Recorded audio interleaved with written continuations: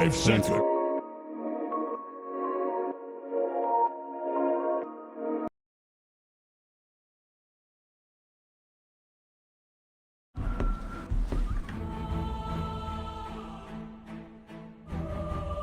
Radiant's turn to ban.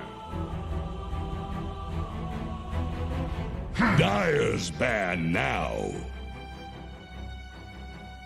Here's the Radiant ban. Dire's turn to pick. Radiant's turn to pick. Keeper of the light.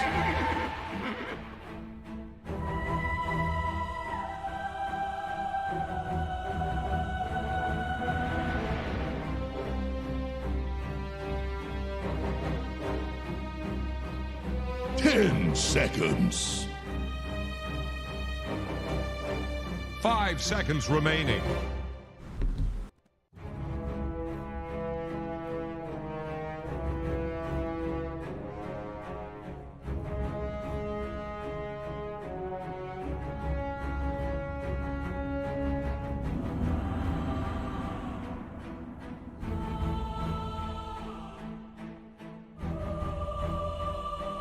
Radiant's turn to pick. Time.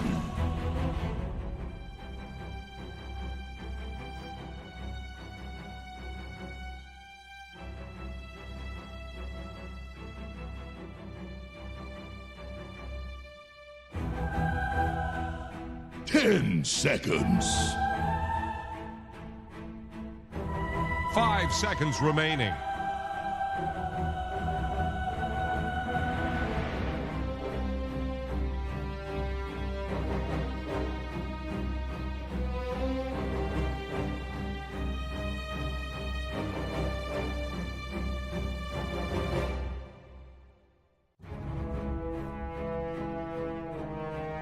Dire's turn to pick. Beastmaster.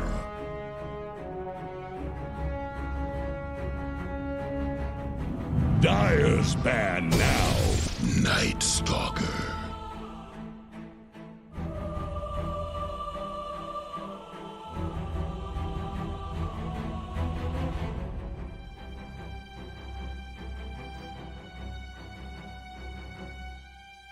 Ten seconds. 5 seconds remaining.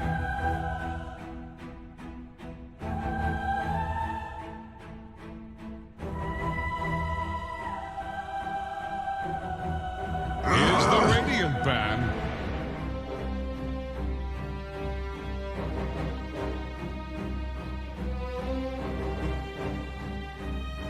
The Dire get a ban.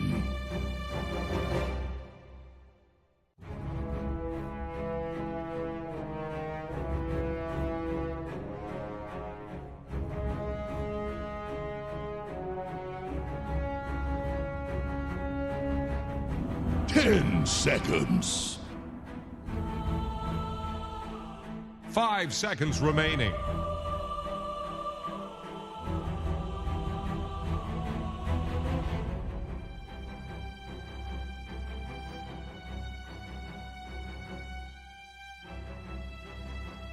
Radiant's turn to ban.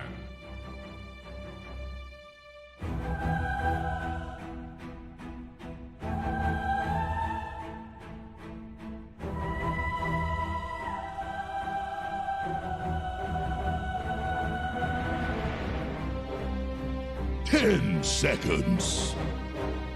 The Dire get a ban.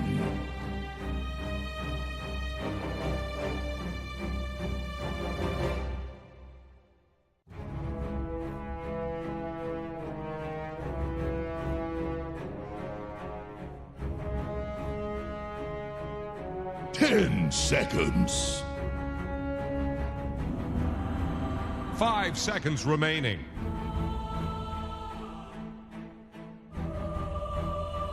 Here's the Radiant ban.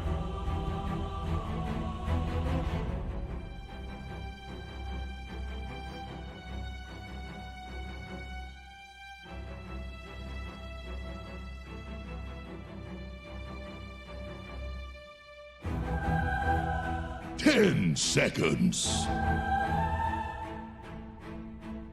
5 seconds remaining.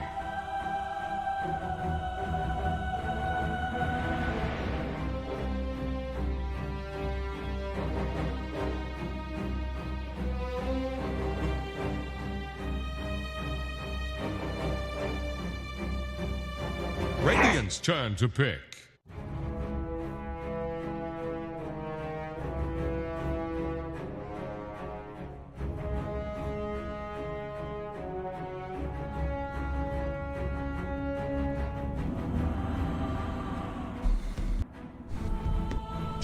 Seconds.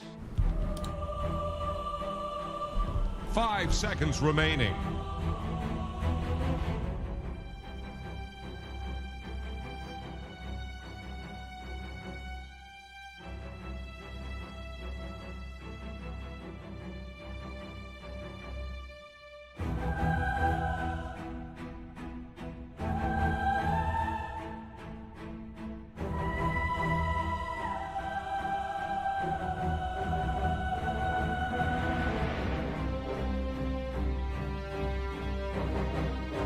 Dire's turn to pick. Enchantress.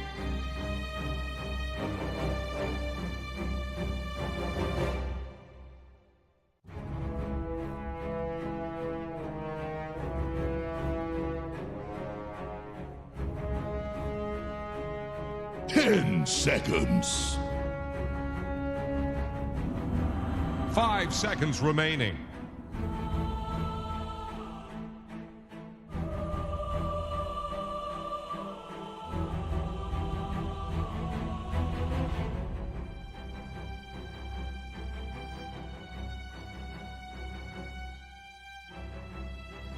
Dire's turn to pick. Crystal Maiden.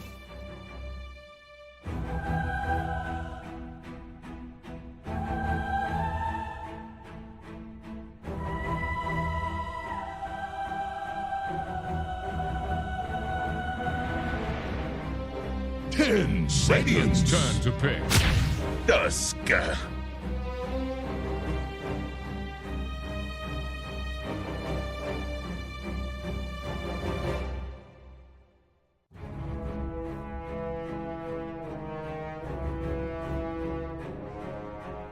10 seconds. 5 seconds remaining.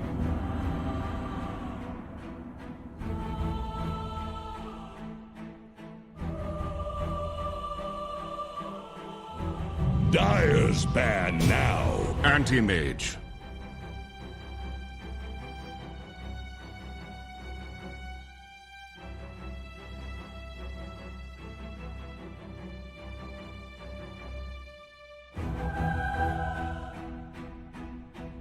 10 seconds. 5 seconds remaining.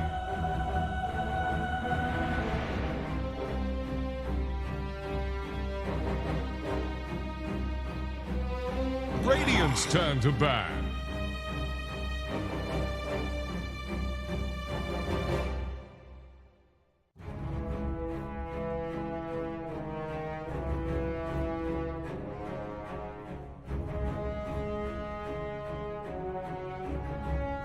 Ten seconds.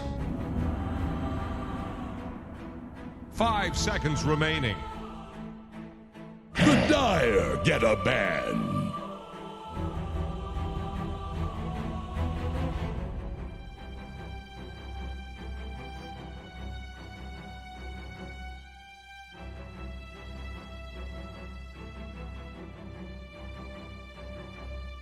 Ten seconds. 5 seconds remaining.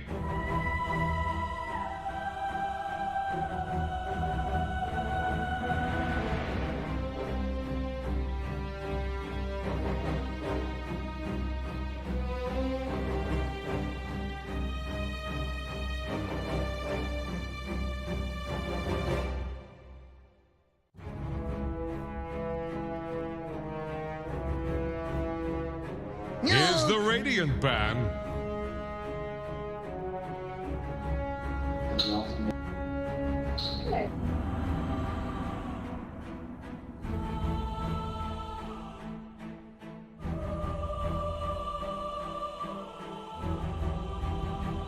10 seconds. 5 seconds remaining.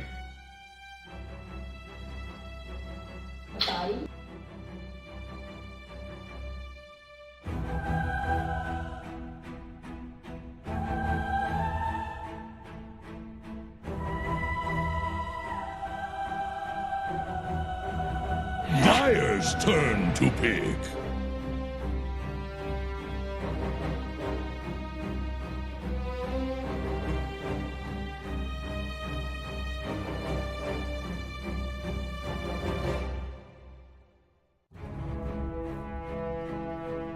Ten seconds. 5 seconds remaining.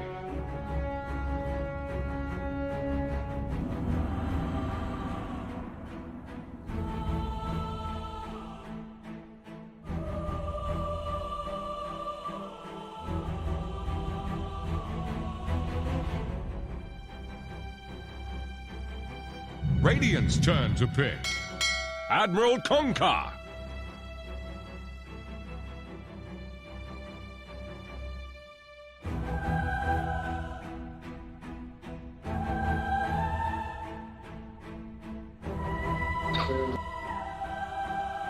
Ten seconds. 5 seconds remaining.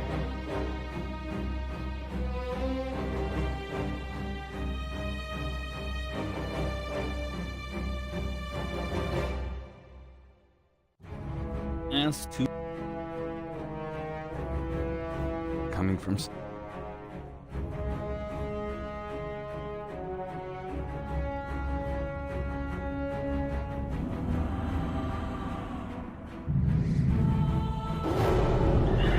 Choose your hero.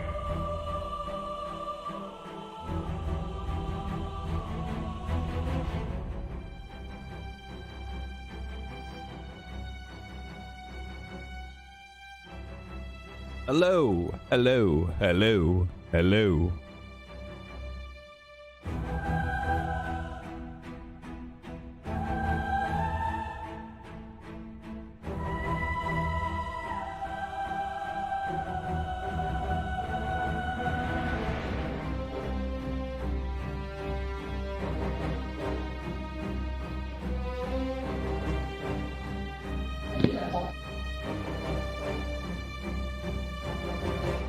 Ten seconds. 5 seconds remaining.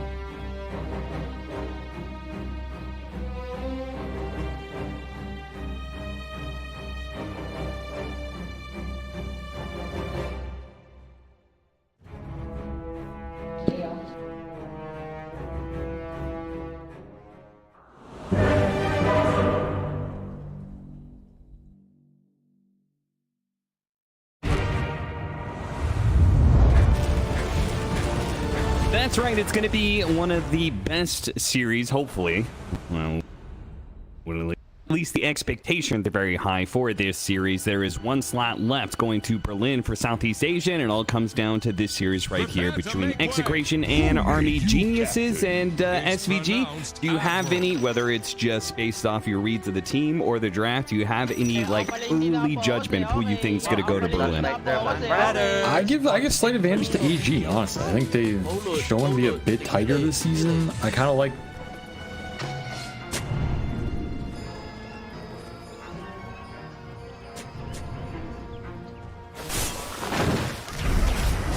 they've worked through a lot of their issues.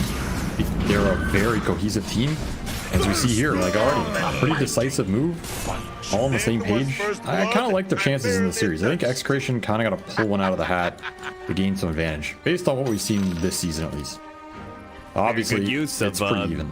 the Night Stalker vision right there, right? Yep. Just like run down. Whenever the enemy team picks up a Night Stalker, you got to be careful what you're doing around that mid lane, because Night Stalker is getting that full vision over to the other side, is going to see you planting wards, or in this case, see the opportunity for an early first blood. And I think this game in particular, we're talking about first bloods. I feel like lanes mean a lot here in terms of AG wanting to win them with the matchups they picked, and Execration wanting to get out of these lanes so that you can hit that AM mid game and not be too far behind.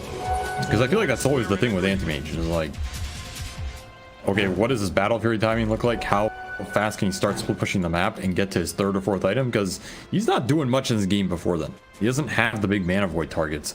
Again, it's just kind of a naked AM pick. You really have to be confident in what the skill's going to do for you late game.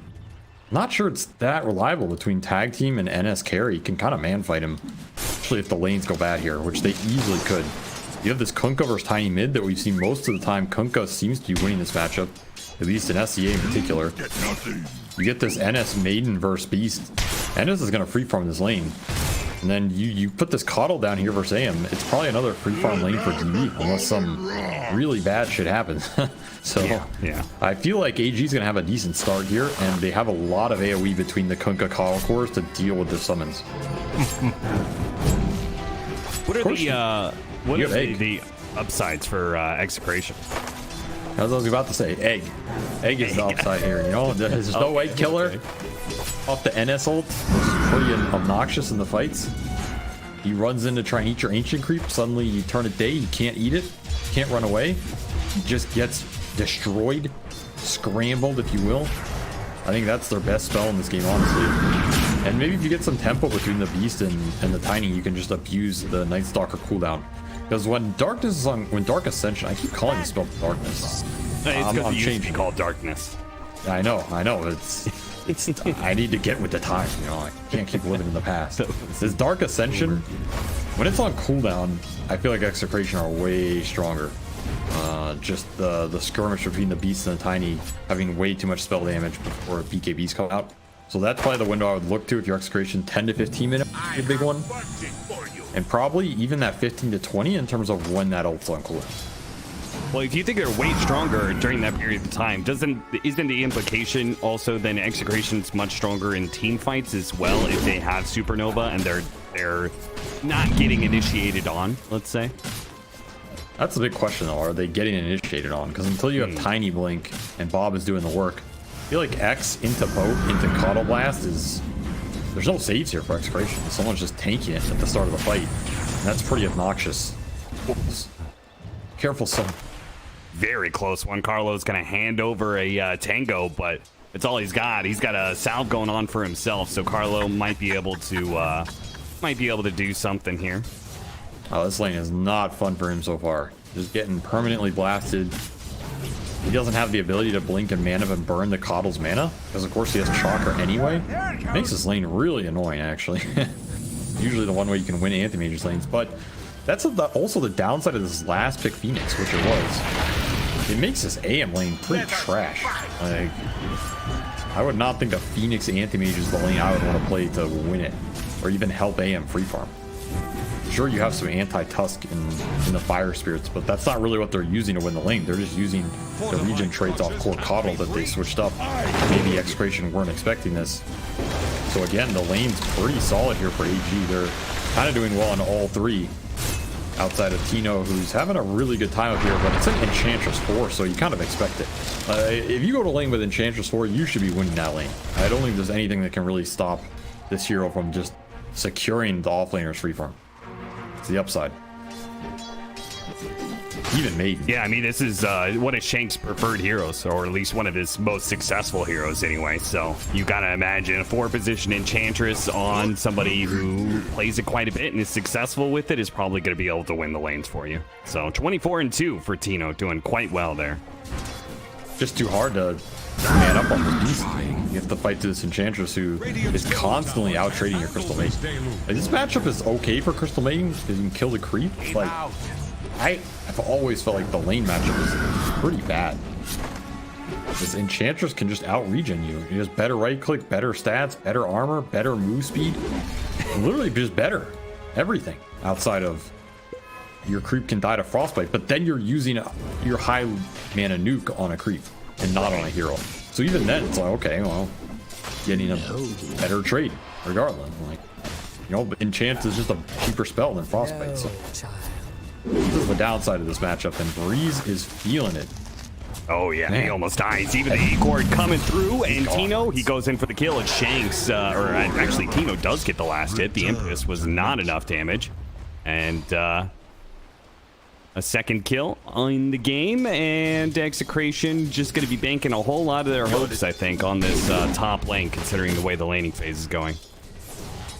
This is the lane they want to have Snowball. They want to have a very good game for this beast because it does have very strong spells in the fight that can enable his other heroes, but he has to be able to get there, and this is the tough part. The nighttime presence. Oh, Dino! He almost got another round of axes off before he died, but In Your Dream manages to kill him and gets away with a decent amount of HP with it too. So Shanks spends a little time away from lane, and Tino pays the price. Normally you might be okay with this if you're beast, if your Enchantress is posing a mid-gank threat, but I don't feel like that exists in this game. Just due to this mid matchup, I don't think Yahweh is ever going to get low, and I think full HP Kunkka is... He's got to be one of the most durable mids in the game. I mean, this guy gets so much HP. Yeah, it's absurd. What is this strength? 3.8 strength gain per level. He is actually one of the highest in the game. He is just behind, what, Centaur and Primal Beast? I think he's got to be like third highest. Double down. Third. Yeah, he might be. Definitely those two first, but he's up there. Rotation from your way is going to result in another kill for Tino. Really nice rotation because now Tino is going to have to walk out to lane. His TP will be on cooldown, and they're going to gun for Shanks as well here. Shanks can't hide away in the jungle. The Night Stalker has that vision. We'll be able to dodge the torrent and make it a little bit more annoying for Army Geniuses to run him down, but they will eventually get this kill. Is under pressure. Eventually is a long time. A lot of space, man. Apollos! Oh no. What happened to Apollos? I didn't see that one. He just got blasted in the face. Ain't no way around it. Wait, did he underestimate the damage? Or Yeah, he just took it, Oh, okay. and he did not like it. That's a big kill here. This is a very dominated offlane from DB, which, as we always say, I feel like when this Army Geniuses offlane does well, their games just feel a lot easier. Yeah. So it's a double pain in the neck here, as DB's off to a good start. Also, I feel like this core Coddle, when he has a fast start, becomes really scary. This hero's been pretty successful overall, I think, win rates wise. It feels like he has a good start with the auras. Gets there faster than almost any other aura buyer than maybe Brood in a free Brood game. That's also a scary thought for Execration here, who might lack damage to punch through it. Think Come about back where into their the damage game. is coming from. Carlo is going to be run down. Once again, the bottom lane, DB and Jokum. This combo of the two is getting some nice kills, but it is going to pull DB out of position, and the rotation from Bob actually is going to be fine. Paulus is level 6, so they didn't have a finishing blow there. Not even sure what would have killed him with that mech delivery. Just too farmed. And this is bad news. This is bad news anti-mage, because he's not going to have a lot of place to go. The other lanes didn't go well enough that the space is getting opened up, because Tino's still getting shut down top. Dark Ascension, level 7 versus level 5 beast. He's getting ruined. In Your Dream manages to dodge the fire spirits multiple times and is going to be able to go in for the kill. Now he has to dip away into the trees to get out of this tier 2 vision. Kill Carlo. He's going to go back. Are you kidding me? He's going to go back to the Carlo, and he gets it too. A double kill. TP's out. Shanks can't see him, so he can't kill him.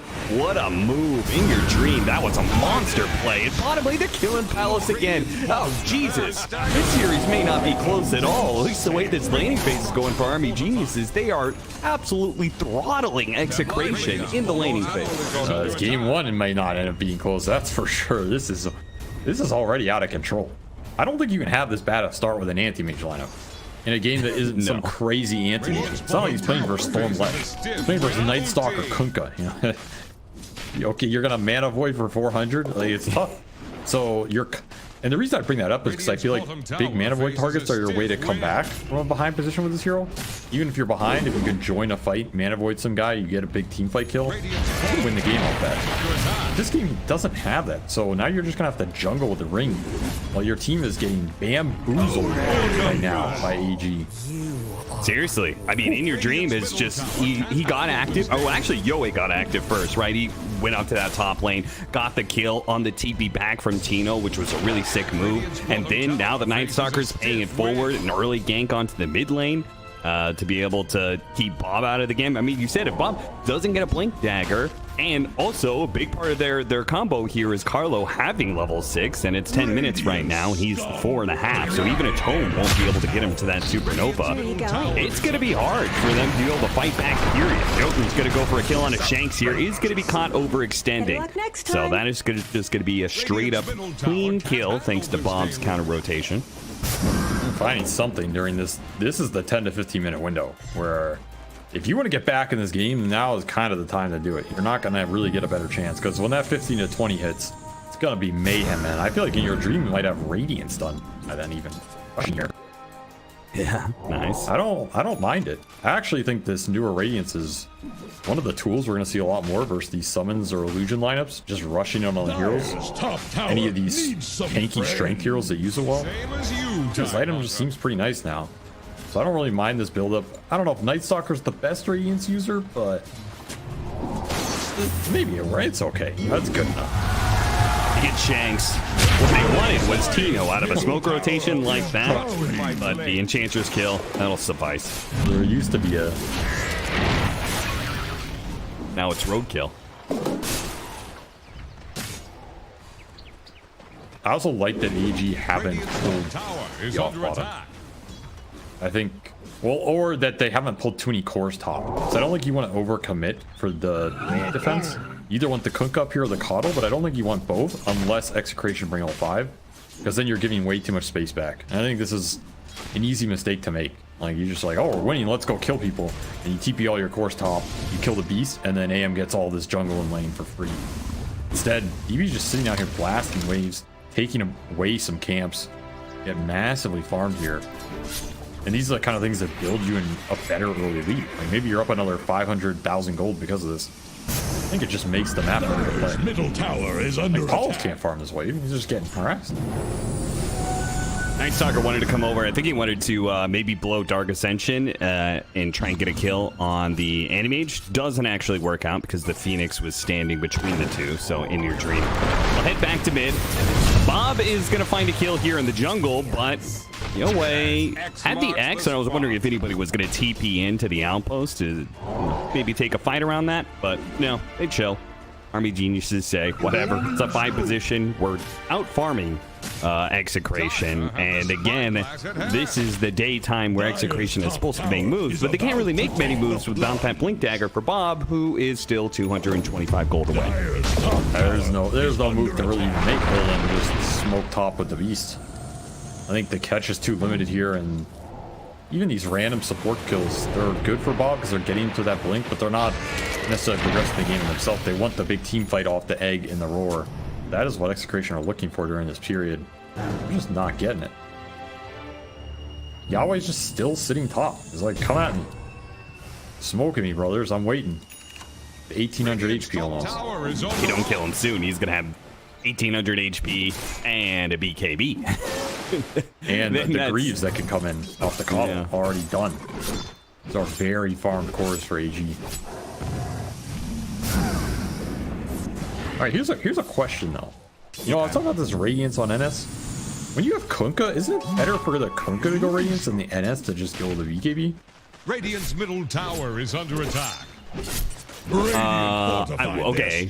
You're talking about attack the hero.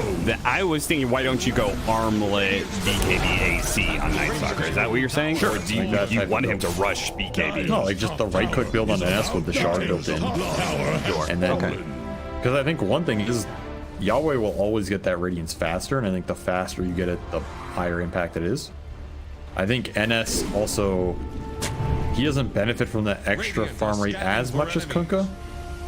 He has like extra attack speed built in, and NS with BKB will more reliably kill an egg potentially in a fight, whereas Kunkka with BKB doesn't. I think both kind of bad because it's daytime. Oh yeah, but you saying kills it anyway. But yeah, he would still be a day stalker. So I'm actually not sure whose attack speed is worse at that point. Oh, these kind of debates are interesting. I'm not sure there's 100% right answer, but sure. I just still don't understand why mid Kunkkas haven't tried this. They're gonna go for it, and they got him. Palos gonna be stuck inside of the Silence of the Night Stalker, combined with an X and everything else. Yeah, pretty easy kill. Good pick off there for Army Geniuses as they head into the second nighttime, and they do manage to get Palos' Courier as well, which was going to not quite complete the Battle Fury, so he wasn't even going to have a 15-minute Battle Fury. He still needs another 600 for the Void Stone. So now you're guaranteed a 17-minute Battle Fury minimum, if not lighter than that. That is, I just do not see how Palos is going to be able to carry this game. Somebody else is going to have to do something here. And maybe this is it. A toss back onto Jokum, something small, something to work with perhaps. Is the Tuss going to be able to snowball back into the arms of DB, who heals him up. Half HP with the Greaves and the Blast.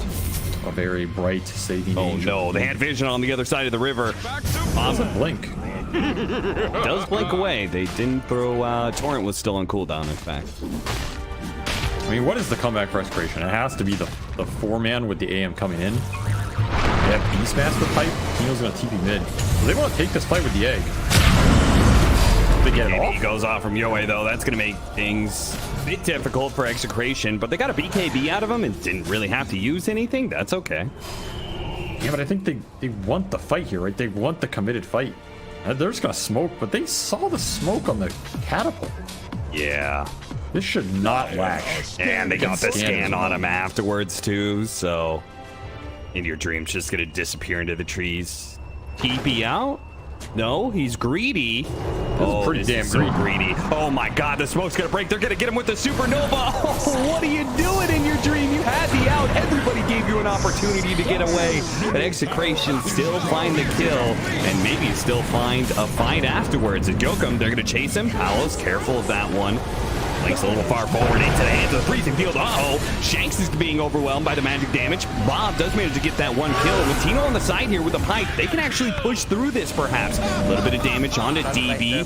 Go away. He's still pretty tough to deal with though, and they blast back Tino into the tier 1. Yoe picks up a double off of that team fight. So wasn't the dream breakout fight for Execration to turn things around, but it does start with a really nice kill on the Night Stalker. You'll take that off a smoke that never should have worked in the first place. And your dream just... Maybe you didn't expect them to be there that fast or to break it on the tree line, but that was just hella damn greedy, man. Maybe he thought, well, I'll be able to hide away in the trees while my team TP's in. But, I mean, that was a fast reaction from Carlo. He knows exactly what he wants to do in this game. He wants to go and just egg on top of the Night Stalker every fight. That's also another thing though, like the BKB on NS, I feel like it gets you out of those situations when the egg is popped during your ult or something. It makes you less vulnerable to the AM damage, to the tiny damage. That was why I was considering it, but even in a situation like that, if you're trying to bait that smoke and take the fight, why were AG not going there in the first place, right? Yeah. Their reaction was kind of late to go there. Oh, our Night Stalker got caught. We got a TP and help him. Like, what? How do you mean he got caught? You guys scanned and drew the line. You knew it was coming. It's just a weird sequence for them. And it does cost them a little bit here. They were building a lot of momentum. Gonna give Palos some Battle Fury time now. You're gonna have the shard for the Night Stalker if he wants it. But Tino, he went for a full aura build on Beastmaster. Caught him with the torrent into the boat and the X afterwards. That is the way to kill an AM right there. Very nice. In your dream, he's going to start going for more. Managed to get the silence onto Carlo after the dive, so he was dead anyway. And Shanks will be able to get back to the Radiant space, but Execration They're just pushing out side lanes with Bob and Tino because there's not much else they can do. They certainly can't contest the Army Geniuses 5-man during nighttime. Caught in a storm. Just not strong enough. Unless you get a perfect fight with this egg or you get some tossback kills, there's not much else on the map for Execration right now. The way AG are playing, they just have too much net worth and they're not giving too many openings either. They don't have to split up that much. They can let Coddle deal with some of the lane pressure, continue to farm up these auras and AoE control. And I don't think they're too afraid of scaling in an even game either. AC Kunkka with this Radiance later BKB NS, you're gonna be able to man fight here for it. This game. Regeneration. Yeah, I mean, especially if you get like the Basher build on Night Stalker, you go into the level 25 talent, the 100 attack speed. I feel like this lineup, you can fight an Animage. Your lineup is not that susceptible to the hero that I think you worry about going late game to it. No, if anything, I feel silence on Apollos. Yokum can follow up, not with a snowball actually. He doesn't have a snowball. He's gonna have to go for the shard punch. The shard comes too late and the punch not in time. That's set up a little. Alex will definitely take it. As here's the mid lane. Bob, pretty tanky. Maybe does a lot of damage though. Gives the Chakra over to Varius for another round of spells and a freeze field right in the middle. Had to use a Primal Roar to be able to stop that one, but it's enough to be able to get the tiny kill. The Supernova, it's gonna get scrambled. The egg doesn't last for long, and Tino stuck. Doesn't have a TP out either. What a beautiful shards. Yokum might have messed up that last one on the AM, but this shard just right. Tino run down by a daytime Night Stalker. That cannot feel good. Night Stalker, Day Talker, talking shit right here. Slaps his fellow C Dota down. Only one of these teams going to the major, so I would assume there's some mental games being played right now. Perhaps before the series starts, you know, maybe you send some Steam messages. What are you gonna play today, bro? I know what you're gonna play. Did you ever do that? Oh, bounty. Did you ever message somebody on the old EG before your matchup? It was the only important matchup for North America. I sent Bulba some emails. You know, it's all. Okay. Are you sure you read them? Or? Is about to flounder. We'll go check it now. You know. What the hell is this guy sending? There's some players who do that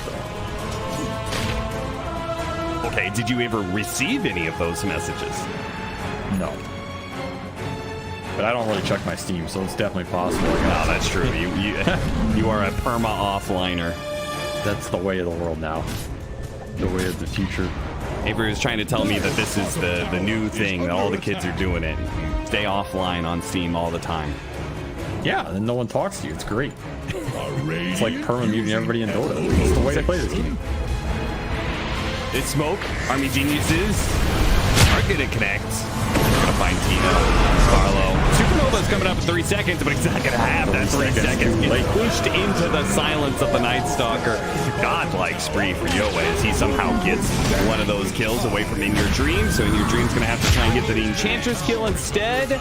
Does manage to get that one. So 3 kills for 3 different killers on the side of Army Geniuses. Everybody pulling their weight here on AG as they take this game 1 by storm, up 12,000 net worth lead now and giving just no room to breathe for Execration. If they were throttling them early, at this point Execration is about ready to pass out. Chokehold too strong. The dominant game 1. Really no flaws. Like they had the better lanes, they played them within the decent margin you would expect them to come out with an advantage. Shut down this AM really hard. Now AM's just turning on catch up to me, still doesn't even have Manta. They're just rolling with the scale.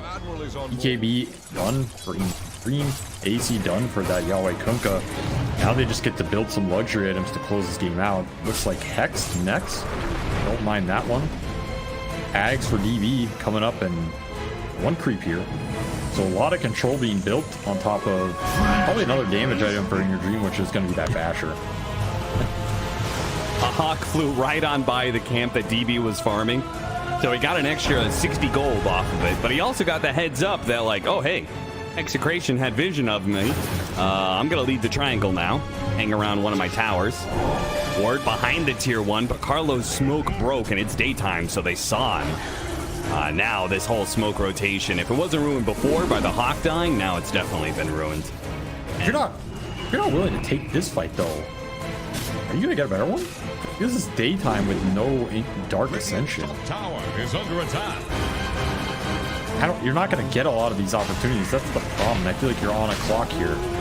I might have just forced that fight, honestly. I feel like from a theory standpoint, you should just smoke wrap there and jump somebody with the tiny and force the fight when you know you have the hero advantage. Because that's Aegis carrier on NS, so you can't really do anything tonight. Under pressure. I feel like it's your best chance in this game. Because now you Sort of like a window. damned if you do, damned if you don't sort of scenario like that. Yeah. Hey, like you're smoking through and it's not really the fight that you want, but you have to take a fight eventually. Otherwise, it's going to be a fight for your high ground during nighttime with an Aegis Night Stalker. Yes. I always remember to kind of catch AG maybe sleeping there and get a good initiation numbers fight. Because now you're just going to 5-man you. Ult back up. We can just go high ground here with sustain if they really want to. Nighttime hits it back, so you don't even really have to pop it early. And this type of fight is just, it's tough when they're grouped up like this. Maybe they're not going to force it, but you got pulled back. Everybody outside of Anti-Mage. And now Oh, look at them. They smoke back for Palos. This is cool. They know that Anti-Mage is not going to come back to base because he has to keep farming. This is not a time for AM to, like, coming out of the jungle with 6 items. He's only got 2. So he's going to keep farming, and AG are going to go hunting for him. This is a heavy time committal, but like you said, they got them all in base, so they're not losing anything. And Paulus is too scared to even farm. The fear of the darkness has been instilled in his mind. Small thing, In Your Dream is turning off his radiance a bit while he's moving around. Turn it back on now as they're going to give up on the chase over Palos. Maybe Execration happy that there isn't a better mechanism here for AG. That's the one thing their lineup's missing. Tempted pick off on Carlo. AG probably recognizing that they are fairly far ahead, and maybe they're having the same discussion that we were earlier. Guys, do we care about going late game against this lineup? Like, do we have to force this now, even if it's a little awkward? And maybe the consensus is, no, I don't think so. Maybe we're going to be okay. I don't think so. Unless AM somehow finds 10,000 gold sitting around in a bank account he didn't know he had. I'm not too scared of these man fights. AM winning them. Step lively now. Your admiral is on. I think you just confidently control 2/3 of the map, or whatever you feel comfortable doing. Continue to build the lead. Get to your next set of control items. It's going to make the fight impossible. In fact, and they've always got a way to be able to catch Palos because DB with the shard used the recall and In Your Dream to be able to get that kill in the top lane. And the rest of AG, I was going to see if they were going to hold this ground or not, because Execration thought about pushing out. They're like, okay, no Night Stalker, no Coddle. Surely this is a time to be able to take something here. Supernova immediately goes off with the Aghanim Scepter off, doing an okay amount of damage. They get the kill on a Yoe. But now the Night Stalker's back. They took a little bit too long, and In Your Dream is pouncing immediately onto the Phoenix. That's going to be 1 kill. Yoakum's still trying to get away. Shanks held in by the Frostbite. Will not be able to get that kill. Toss back underneath the tier 3. BKB gets activated. In Your Dream can't really get a kill off of this one either. Still had the Aegis too, so maybe a little bit too scared there. Prospect of being stuck inside the enemy base. Also just doesn't do that much damage, honestly. Smacking this tiny, not cutting through the stone. No. So, decent find for Execration. I mean, you're going to lose your AM. Good. That's pretty hard to avoid in this type of game, but at least you're finding a big core kill without Kunkka getting a BKB off. But this Night Stalker is out of control. Honestly, I didn't remember to talk about it, but this is Coddle NS. You could have also gone Ags this game. You have that Ags Double Void. This cool combo. Now that I'm watching this fight, that could have been pretty cool too. Because the stun around counterspell as well. Yeah, the stun is significant now, especially if you can double it. Really obnoxious. So I wouldn't have minded that build this game either. An old school build there. It did have its birth in Southeast Asia. Oh, really? Radiant's bottom tower has fallen. The Dota historian knowledge there. I do know some things. Dire's top tower. I mean, I'm not convinced you're totally right. Fact check it. Good luck. That's the problem. There is no Dota. There is a Dota Wikipedia called Liquipedia, but I don't think they keep the history of strategies on there. Nobody does. I can just make that shit up all day, and there's nothing you can do. I mean, I heard you thinking about that. Like, wait a minute. I don't know what I was like, Night Stalker Coddle is like really old. I'm not even sure if Avery was playing that back then. Under attack. No, I do feel like SEA was the first region to really start abusing. I mean, Okay. think about things in Dota is like who actually hates you. There's probably some random like 5K dude in a random region in a random time. Who knows, right? But I always think about it in terms of who started really abusing something and understanding it to its.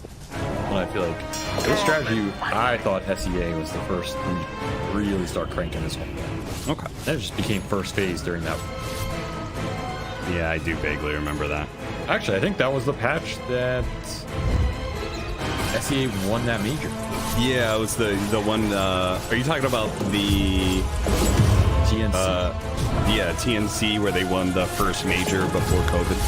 Yeah, that was the one March was coaching them, I think. Yeah, I think so. And March had like 3 or 4 strats that he just spam abused. It was the Shaker Morphling. Yep. There was a Furion PA strat. Agnes throwing. And then there was Coddle NS. Those were like his big ones for the tournament. They won that tournament. They were definitely the best at abusing them. That was a very long esoteric history. I mean, I'm sure C fans enjoyed reliving that one. Is under Fans you attack. can point to where. Is that like a backhanded insult? What's this? Dire? I mean, I feel like I could say that because I've been casting C for a long time and I've been cheering for C for a long time and it's been a letdown for a long time. So, but maybe Talon is, Talon outdid my expectations the recent major, and Army Geniuses have just topped themselves a Palos skill that might just be able to end a little bit of a, I'm not even going to say stalemate, but Well, it's a farm out period. They're just farming out the map, getting to the next Roshan here. I mean, you know what it is? It's a quarantine period. Execration have just been quarantined off to like their sections of the map, which is pretty much their base. Unka, dude, did they COVID test them or what? Came back positive? Somebody broke quarantine. Get him. All right, 14 seconds until Roshan actually spawns. Army Geniuses are going to take that, very likely, and I think Execration, if Army Geniuses does it slow enough and like doesn't notice, of course there's a double damage right next to the pit, but if they don't notice, then it's possible that Palos is up and it's daytime. I feel like that is your last hurrah. Contesting Roshan during daytime is probably your best bet. Yeah, how do you deal with NSL? Well, how do you the Supernova? Are you winning the fight in the Supernova though? I don't know if you have the damage. Well, are you winning the fight against Aegis Shard? Are scanning No, for I think this game is lost.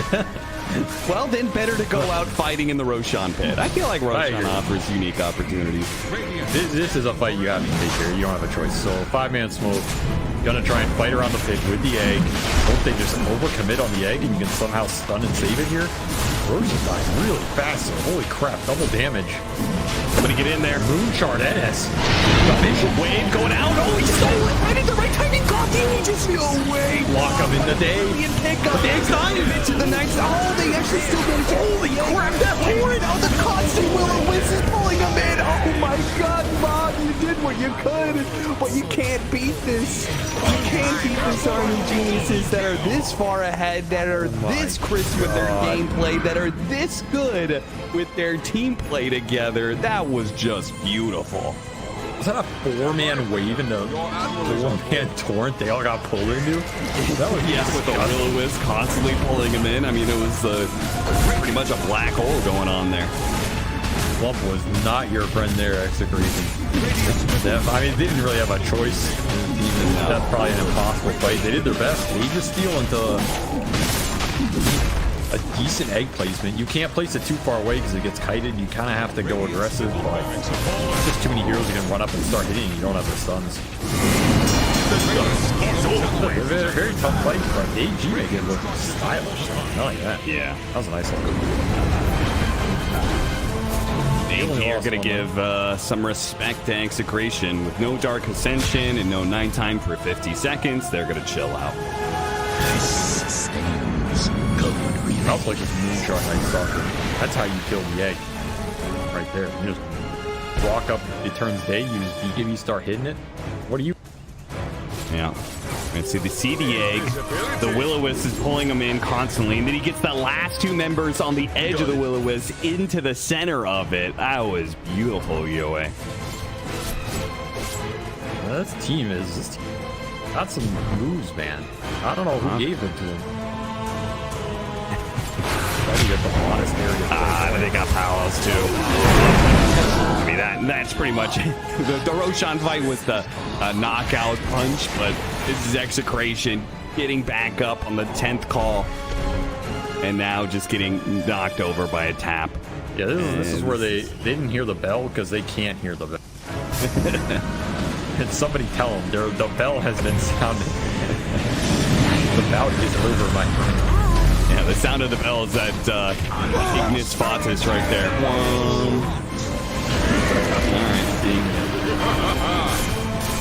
Very dominant performance. I mean, if you go game 2, you're probably a bit more hesitant to do this beast opener if you're Execration. Especially if you end up in the same trade, I feel. Yeah. And I severely doubt we're going to see another answer. I have not felt the strength of the second phase AM picks that aren't verse anything obvious.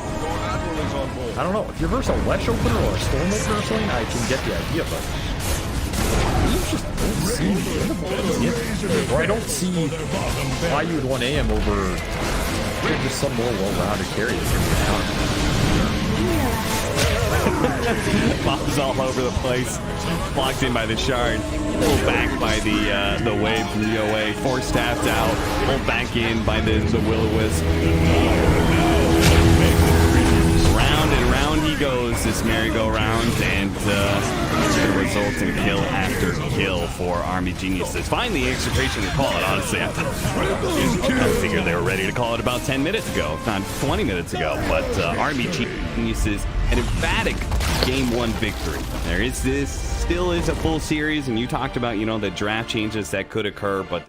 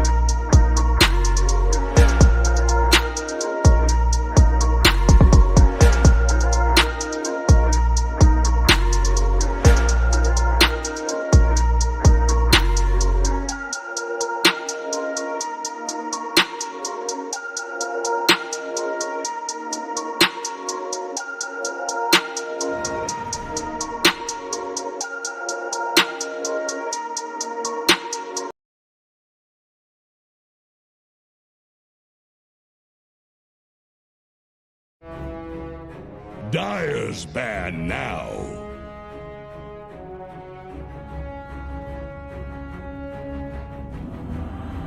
Radiant's turn to ban. Dyer's ban now. Here's the Radiant ban.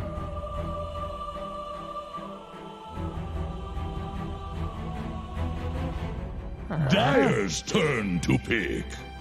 Radiant's turn to pick.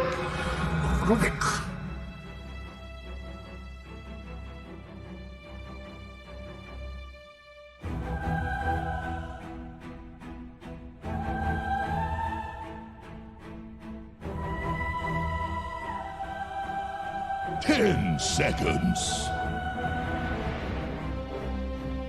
5 seconds remaining.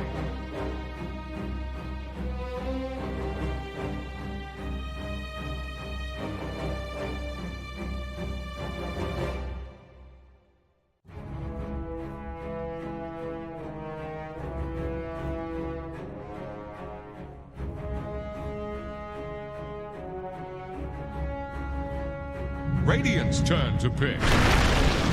Dyer's turn to pick. Visage. The Dyer get a ban. Night Stalker.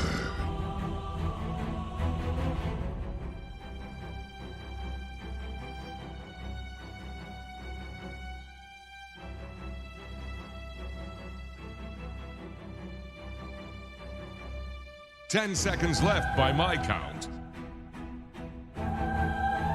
5 seconds remaining.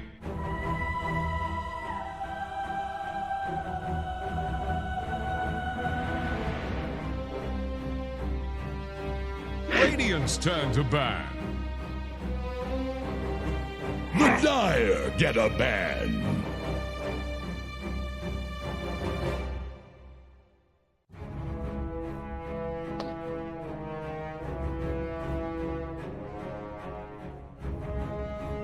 Radiant's turn to ban.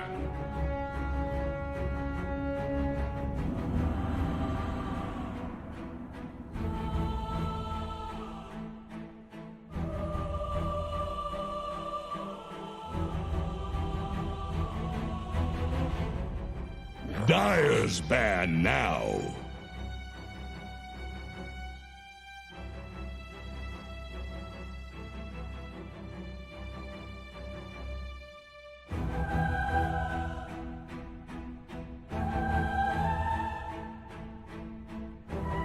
Ten seconds.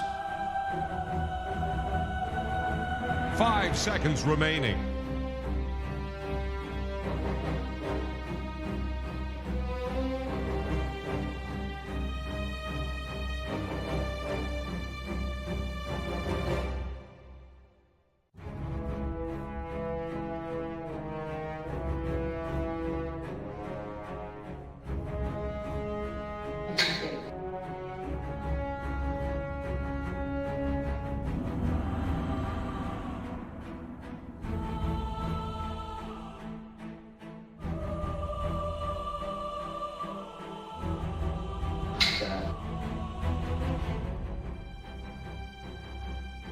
Here's the Radiant ban.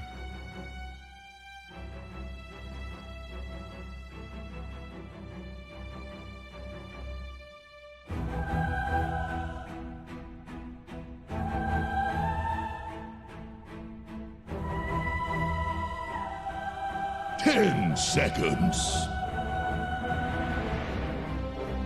5 seconds remaining.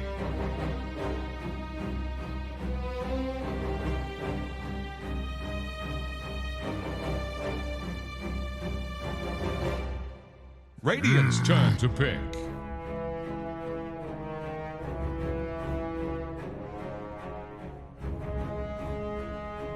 Dyer's turn to pick. Luna.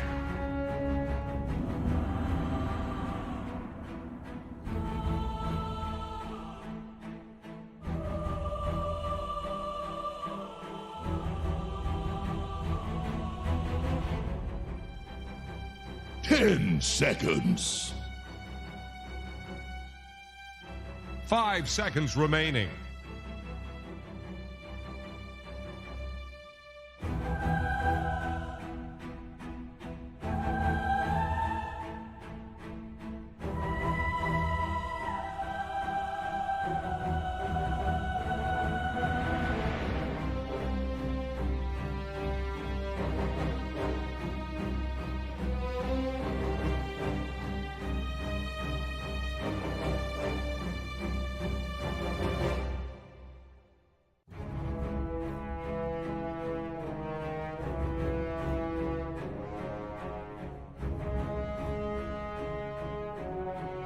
Dire's turn to pick. Radiant's turn to pick. Gyro Kata!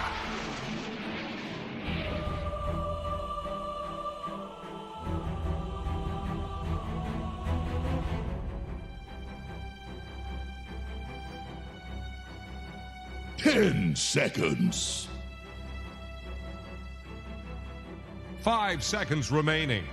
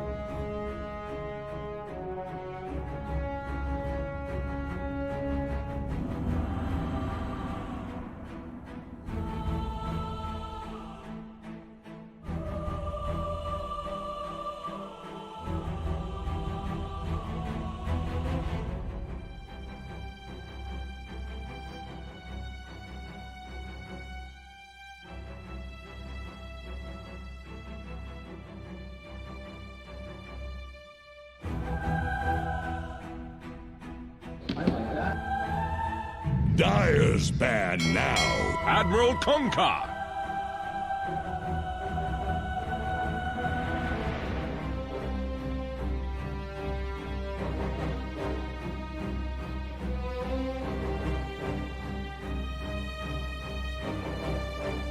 Ten seconds. 5 seconds remaining.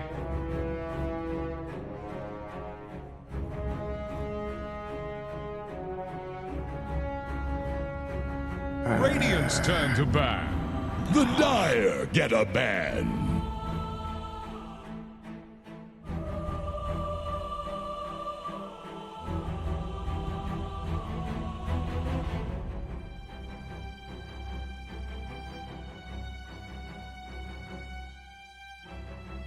Ten seconds.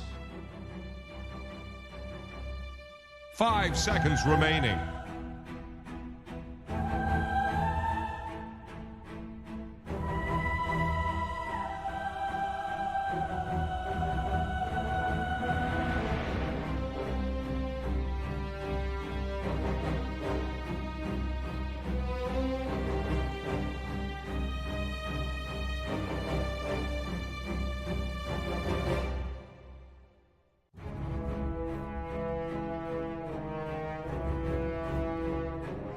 Here's the Radiant ban.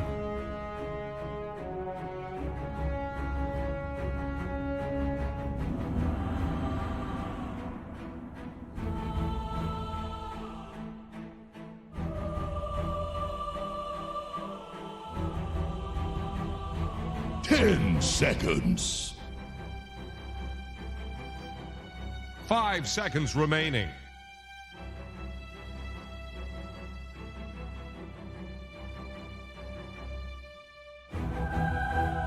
Dire's turn to pick. Radiant's turn to pick. Timber Saw!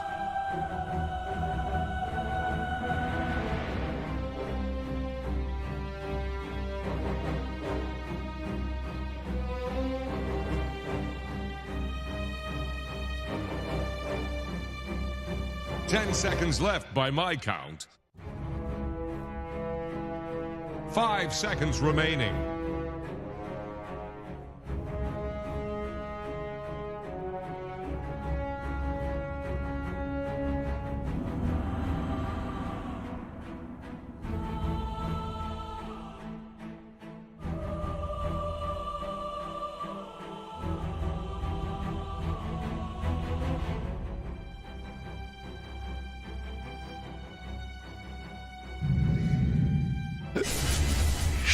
Choose your hero.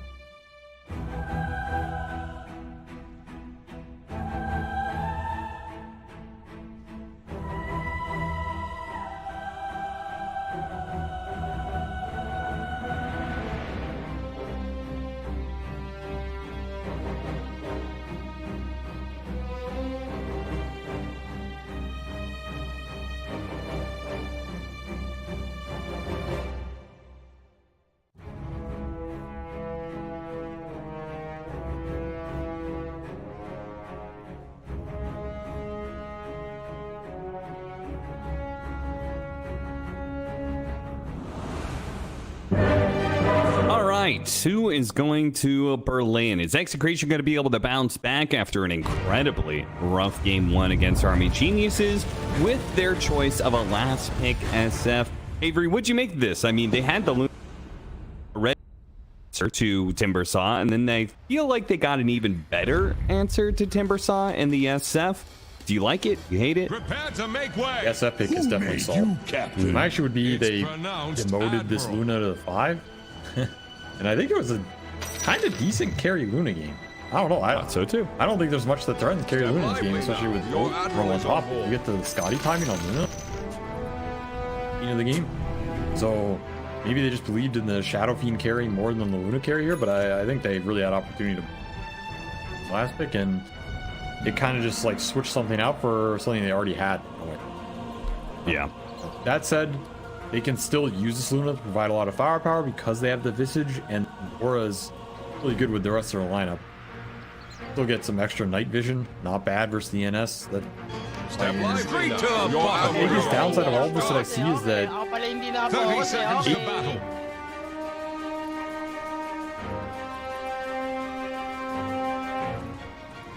Yeah, I thought surely because they picked the last pick, the SF, I saw Bob pick it, and I was like, okay, but like, don't you want the SF versus the Timbersaw? I was like, maybe Bob's just more comfortable. Maybe Palos doesn't play SF, you know? And he's like, okay, they'll do a lane swap in order to make sure that Bob is playing the SF, but they're actually not. They're actually gonna put the Kunkka into the Timbersaw, and they could have had a Luna carry instead. That's the weird part. That's the weird part. And I don't know. I don't think the Kunkka is doing a amount in this outside of just being the buffer and the team fight utility, because there's some very tanky and BKB dependent cores.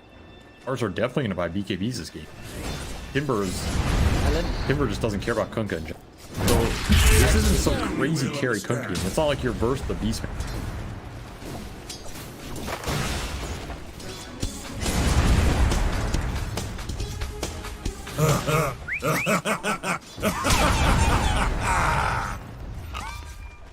Dyer's courier just went belly up. That is a powerful basket, and this lane you can throw all your eggs into, and he should have a good lane. This should be a free farm Shadow Fiend with Lunor on top of it. Maybe it'll work out.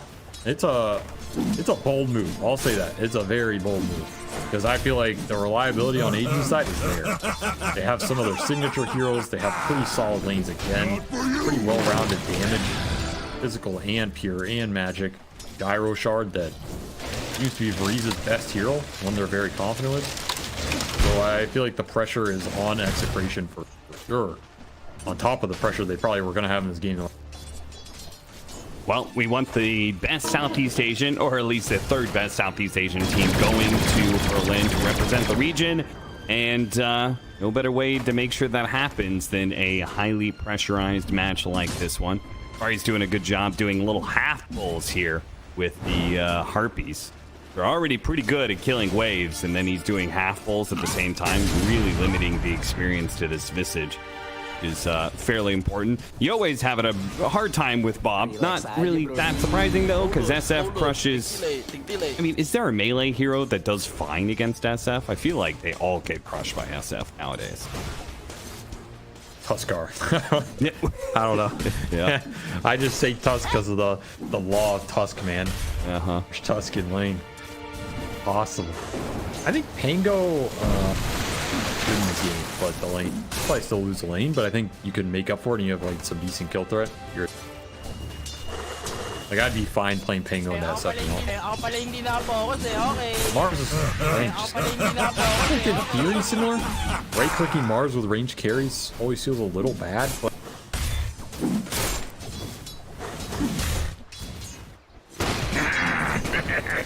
Yeah, we talked about that earlier, where Mars nowadays, like, your scaling is going refresher, going some sort of like scythe refresher type build. Yoakum gonna get caught in bottom lane at the same time as Varys. Him, not so much, but this bottom kill will be secured. Palos managed to get the first blood, so maybe we're questioning the Kunkka pick, or rather where it lanes, but for now, is working with getting the first blood. Not shutting down DB though, and probably not expecting. Solo XP for Timbersaw. Sure. Actually, didn't get too much here. Comes back to suck it all up. But the early waves are definitely favorable for this Luna Cook. This is not a weak lane on the early flash and the beam spam. You can also go double stick, which they did, so they're getting all the charges off the Timber and the Fade Bolt. You're not really going to beat this dual lane in the early waves. It's just getting Timber XP, playing for the later levels. Yokum is just keep bullied, man. Yeah, it really is. Carlos showing that the support Luna is, well, at least in lane, pretty good. I mean, he's giving the aura over to a hero that's, you know, splashing on them with the Tidebringer, so that's just one more factor that makes this lane obnoxious, like you were talking about. I'm gonna kill him here again. Ooh, missed the torrent. Yokum doing a good job dodging over to the side here. DB really can't help out until he has, well, for starters, more mana, but also Timber Chain. He also just doesn't really want to try and kill them either. So late. Like, you don't want to use so much mana that by the time you get to 6, you don't go some extra mana. You don't have the kick out presence. Kind of just giving them stick charges to them. Yeah, that's true. These early trades just not favorable for the Raindrop doing work. Not quite enough. It is a little favored SF, but not too much. I see that the levels are a lot more favorable than the network. I was about to say, he's got 12 denies and he's about to get a kill. So too soon. Sure. I didn't see that XP in. Yeah. Yeah, that did him in real fast there. Now he's pulling ahead. And this is what Execration want. A very strong SF in this game. That is the hero they can just rally behind. It'll give him Roche. It'll give him the Timber Killer. Give him a lot of just stand your ground team fight versus NS, honestly. It's not the easiest hero for NS to run into sometimes. You can do it all with the boat roam. One thing I will say about the whole SF all-in concept, they have a lot of frontline for it, but they don't have a save. Is that concerning to you at all? Well, he needs it, yeah. Okay, good. We'll Sure, find out, that makes sense. I mean, I say that because some of these games, you just don't need it. Those like an SF games you watch this season? Yeah. SF's just 10-0 and he's at your high ground at 20 minutes and okay, good luck. Some of those SF games turn into that. I don't know if this will be that type of game. I don't think it's going to get that out of control, but so I feel like SF either never dies or he dies a lot. One of the games where he ends up dying a lot, they'll wish they had a saver. It doesn't strike me as a game you hard needed. I think him just having DC is pretty good because what's the initiation here? Sure. Link Spear, I guess. That is dodgeable. That's it. And there's not a huge amount of follow-up chain stun. There's a missile and a telekinesis. Get away without a save here. I think you're fine. You're gonna have some auras from Visage. You should have a Greaves or Pipe in this game, maybe both. You should have some front line between Cook and Visage, so your SF, in theory, is never the one getting jumped first in this game. Only jump stun that AG had. Another reason why I think putting all of your faith in this Shadow Fiend could work out this game, because honestly, I can kind of see them just going in the pit, rallying behind him, forcing AG to go for them and play through their front line in the Visage and Kunkka. That sounds a little difficult. Unless your Timber's chopping them down. I was gonna kind of say the same thing here. Like, looking, even if we question like their individual decisions when it came to the draft and those last couple of picks and laning and stuff, like the big picture for Execration, I feel pretty good about, mostly because I think if you get to that BKB timing, you're gonna weather through to get to a point where you go late game, and I think Execration is very favored late game this time around. Yeah, I'd probably agree on that. Okay. I think it's pretty close, honestly, but they do have Tiny, so I'll go with Tiny. Tiny's stupid hero. Nice ward here from Yokum. Left lane, but left a ward in lane for DB to feel secure. So Bob attempted a pretty early rotation for an SF that's the hard carry in this game. Tried to see if he could find a Timbersaw kill. Immediately gave up on it as soon as Timbersaw seemed like he knew something. This is the boat timing. They wanted to kill him with this boat into Raze. Would have been a nice kill to give Paulus some more time down here. And I also think if you're going to pick a hero to shut down in this game, you pick Timbersaw. Because I do feel like there's a lot of weight on DB in their largest damage source and cutting through those auras when they come online. It's one of the heroes that can do it better. But if you get shut down early game, then you just never get there. So Yeah. that's probably what Execration are thinking. Like, hey, if this Timber has a bad game, who's gonna kill anybody?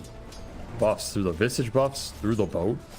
You're not touching anything. So I do like that idea. Carlo, looks like he's going to be caught by Yoe's rotation, so now the Kunkka is definitely going to be kicked out of lane, and DB will probably own this area. Maybe a support will come down here and try and get some more experience, Straight to but the bottom this with is you. probably Timbersaw's power to take unless Bob wants to make another go at it. Bottom tower is Way staggering. too hard to go down here. Pauls can linger, but honestly, he kind of wants to get the code doing something at some point in this game. Which means either you bring the SF down here as well and you try for that Timber kill, or you go top. Top move is just hard because then your Dream has night vision. And you have a level 1X. So like, That's actually a good point. Maybe they should linger like you're talking about and wait till daytime to try and rotate up to that top. yeah, I think you do. I think maybe you try for this Timber kill once more. He's getting chipped. He just went Hood Rush. Just don't know if he dies. I think he does if you play it really well. You get 3 raises with a beam interrupt and boat. Probably dies. It's a lot of kills. Toss back into the Visage Familiars. The Dark Assumption is going to be used here, Ascension rather. Shanks is going to be overwhelmed by that damage, and not much that Tino can really do about that one. Another successful rotation for the Mars, but another rotation that really only gets the support. So how successful was it really? No, I'm not going to make any Dark Assumption of that. Nah. They're going to actually try and use the rest of this Dark Ascension to go to bottom lane, but SF had the same idea. He goes for the ultimate, hits it now. Let's see if he hits the triple raise, and if that's going to be enough. A double raise isn't quite enough, and couldn't really charge forward to try and get that close range one anyway. So, not sure who that favors, because Army Geniuses rotated all 3 cores to bottom lane, but SF also used his ultimate and didn't get a kill. Favors Execration. For sure, that because now this Timber feels very awkward. He doesn't want to be out here with his NS who can't go anywhere. All 3 cores for AG in his bottom lane. Pretty much this is all you can do is try and make something else happen out here. Run across the entire map. And you're just giving a huge amount of space to this Visage. They're gonna TP that Timbersaw top. No choice in this type of rotation. But at least this will salvage the predicament a bit. Still, I think Execration we're fine with that. I think that Timber kill is under attack. great if it happens, but honestly, Dire pretty low structures probability. are fortified. Getting the whole team rotation for a tiny, take that. Radiant's bottom Not the tower worst outcome. faces And a this tower is stiff still pretty wind. full HP because Paulus just runs back down here. No Dark Yeah, Ascension. Timber went top. This is the downside of Timber going top. You can't threaten this tower because the NS does not kick Kunkka. Yeah, and SF has been putting a lot of pressure on in mid lane. Tino and Carlo, they saw the Timbersaw top lane, and they just said, screw it. Let's forget about that top lane tower for now. Let's go mid, take this tower. Now that the tower is gone, SF is free to rotate up to top, and they can go again at the Timbersaw if they want. Super good read of this. Dire's This is courier has one of the been best ways to use this tanky hero you feel like you can't kill. If you force the TP on him, you can go somewhere else. And Execration just made that move instantly with that smoke to mid. Tier 1. A lot of extra gold. A lot of extra space for the cores as well. Still had triangle stacks for the Shadow Fiend. He's level 11. The absolute game. Oh, that double damage. Double damage, but the arena's going to go out, and Yoe will secure a DD for himself and gets a kill on Carlo. Good, you know, honestly, golf clap to Carlo for attempting that. I appreciate the fact that he really wanted to get SF Bob a refill on the bottle and a double damage rune to boot. Should have taken it though. They don't give it away there. But Yeah, it's true. it'll be a fast smoke for AG and another read from Execration. He's playing super defensive here. He's off the map. This should not be a smoke that They connects. got him. They got the scan. Really well done. Honestly, Execration, Game 1, very lackluster. Army Geniuses just took it to them and just kept beating them down over and over again. But Execration this time, as you say, playing very defensive, always seem to have their supports in the right spot to tank these ganks that are coming in. Once again, Shanks is going to be able to run interference here, giving Tino a chance to be able to get away. The extra movement speed gets him ahead of the spear. Now a beautiful Requiem onto 3 with the lockdown of the birds as well. Army Geniuses will be lucky if they get DB out, and he won't make it out. So that's going to be 3 kills for Execration, and a great team fight around this tier 1 tower. Execration just played defense, and Army Geniuses eventually stumbled just a bit too far, trying to force the team fight a little bit too much.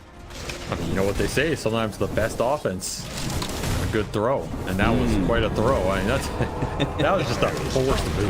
Like, I don't know what this fight is. There's no way this fight ever goes well for you on AG. All the TPs are up on Execration. A lot of their spells are defensive-oriented anchored spells. Like, they don't have a lot of jump, they don't have a lot of mobility, but if you take the fight into them, suddenly Requiem, suddenly both birds become really annoying. Just giving Execration exactly what they want there. Under a tower as well, during day where your NS can't even join, and you don't even have arena. This is just a throw of a fight. No way around it. And no business being there doing what you're doing. You get punished. You know what that was? That was poor accounting. Because I think they added up the resources, the new things that they got. Rubik stole Eclipse, and they had a double damage ring. I think they thought those two things were like, oh my god, like we are so strong right now. Let's just take any fight we can get, sort of thing. But as you said, they didn't have the Night Stalker and they didn't have the arena. I think they just didn't account for those things. Accounting. Night Stalker's gonna get caught. Oh, what a setup there. That was really nice. Carlo TP'd in, had that one little tree he was sitting behind, dropped a ward. Just so happened that the Night Stalker was sitting right on there, and Palos was able to complete the rotation to get the catch. Not much else the NS can go. He's kind of been stuck down here, and at the same time, he still hasn't been able to take this tower. It's at 120 HP, but it's not dead. It has caused AG a lot of problems in this game. That TP of Timber top, you can see how much map control it ended up costing him. Delayed a lot of the progression. That's why these TPs are dangerous. Sure, maybe you defend your tier 1, but look at how much space you gave up in the meantime. Pulse is still bottom in this game. So rich off this. Now you're starting to look at this net worth differential. This is a result of those moves that happened. I just feel like AG forced them a bit. They're going for the kills instead of the map progression. That's cost them dearly. TP already done on Palos after disassembling Echo. He is going to be very farm this game. If you had to put a number on it, where do you think this game rests right now? Okay, thank you. That's a great number. Can you explain your number? Show your work, please. 8's more than 7. Okay. Okay, never mind. I was like, okay, certainly he's dead, and then he almost got off that Requiem. Yokum was in control the whole time, ready to go with the telekinesis. They do get a counter kill onto Varys, and they do have the Night Stalker cutting in for even more. So it looks like, especially with that raid slowing him down underneath the silence, that's going to be Shanks dead. Carlo in some trouble as well. Tino might be okay. They're going to focus on the Carlo kill, and we'll be able to get it. A 1-for-3 exchange. Army Geniuses bounced back just as easily. And the top fight was a total disaster, and I was beginning to wonder if they were just going to give away this game too. But no, they're going to fight for it, clawing back what was a pretty nasty win percentage previously to Execration's favor. 80-20, which is what I presume is what Avery meant by he said 8. Yeah, 8 out of 10. Can I revise my number now? Yeah. Drop it to 6? Yeah. Wait, you think it's that big of a jump? That was a pretty big fight, because you got this fight where you didn't get the Requiem off before Bob had BKB. He's really close to BKB on the Shadow Fiend, and that fight looks very different. And now you basically got two tier 1s for the price of 1, right? You got this bottom tier 1 by Christian, and you got mid tier 1 off the fight. So now you opened up the space, you got your Mars back in the team. He was falling really far behind in network. That's a huge fight for AG here. Cannot be underestimated. Nonetheless, you're going to push towards pivotal items here for Execration. You have that blink on Shanks, who picked it up before he died, and Gibby is coming out for Bob now. So that type of fight, not necessarily repeatable unless you get the blink spear on the Shadow. Right. Which shouldn't be that easy. I say shouldn't, but you never know. I mean, I feel like it's possible just because of the fact that they do have the vision advantage. Anyway, misses the initiation there onto Shanks. Kind of awkward. Shanks is able to blink out of it. And Tino is not an easy target to go for, especially with the... He's going to be rocking next, and that's going to be flying out to him. And are they just going to go straight up for Roche? Yes, you should Roche here. No arena, they cannot fight you. You have Vlad's, you have EKB Shadow Fiend, and you have Luna Orb with drums. This is a huge amount of power spike right click damage for the birds and for your right clicker too. No way AG can take this fight. This is the right call. The free Aegis Shadow Fiend gameplay. Good team. You have Radiance running for even happening, but another fight he's not going to get to. He might even get more. Yeah, they are. DB getting caught. The Timbersaw thought he was so tanky, and well, he's going to be pulled back by the X. Almost had a good escape. Another Timber Chain, but it's denied. A Lucent Beam puts him in his grave as they're immediately going to smoke up, run to Bob, and run past Bob looking for more. They're going to cut straight down in your dream. He is farming down here. If they could delay his BKB, that would be a massive win. Can they do it without the SF? Connected to him as well. It's a good fight if they find it. We're gonna find the Rubik. Find Yokum. Okay. X on X. Telekinesis throwback, trying to stall his death, but he does still occur. Varius gets caught by Tino, meanwhile, at the same time. So full supports die on the side of Army Geniuses. And this team fight for AG is just not going to be there. Items were too delayed off the lane stage. And the five-man group up from Execration, incredibly strong with the early drum, the early BKB, and now you have fight finished for keep. You don't have the damage to come through this right now. And you're getting caught in the match. This is so bad. A Timbersaw who, you know, this is one of those peaks. I mean, this is second nighttime. You gave up Roshan. You've now given up 2 Timbersaw's death, so his progression is very delayed. He had a pretty nice Hood of Defiance, Kaya Sanj timing here, but now after 2 deaths, he's just gained no net worth this nighttime. It might be one of those games where suddenly SF just never dies again. Ends the game like 12-1 or something. Because they have to kill him through so much here now. Every item this Shadow Fiend gets, it gets multiplied.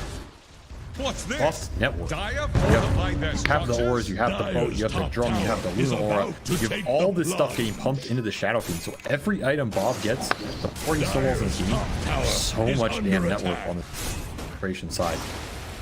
The group up is just still uncontestable here for AG. When is it contestable? Is it Dyer's top Mars tower and is about to take the blood. the only item on the horizon here for AG? Just go high ground if you're Execration. I feel like you poke it here. Yeah, see if you can get Dark Ascension out of Army Geniuses. You can, then you've got the next 3.5 minutes of daytime. That is totally free for you. Spare back in latch. Oh, it didn't latch. Got onto the building and now BKB. Beautiful Requiem. That's going to be able to take down 2 cores. DB is not going to be able to survive through the onslaught of damage. You pop the glyph now, but the 2 heroes dead. Execration. It went from a poke to now an outright push. Is under attack. That might have been the one chance you had to stop this SF. It's just gone like that. Spear doesn't hit. The tip was so close. The tip of the spear too short. That's why you spear into the tower, lads. What's it work? Nice buyback stolen Requiem, but not doing it. Can't even get the damage out onto Shanks. Too tanky. A second round. Okay, this one does land on the bomb. He doesn't have the BKB, but they can't kill him. He still has that Aegis. Puts the raids to work, and Yoe goes down. Okay. Elena Barracks, plus what else can you get? I mean, the outer towers are still up. That's the awkward thing about it, but maybe they could just keep going for kills even underneath tier 4s. Dream and triple raise, he's dead. DB, he'll struggle to get out of here. Back to the fountain he goes. And okay, maybe Execration. Yeah, that's it. GG. They're going to call it right here, right now. Execration. They got dumpstered in game 1, but they just flipped the script. They just dumpstered Army Geniuses right back in game 2 even harder.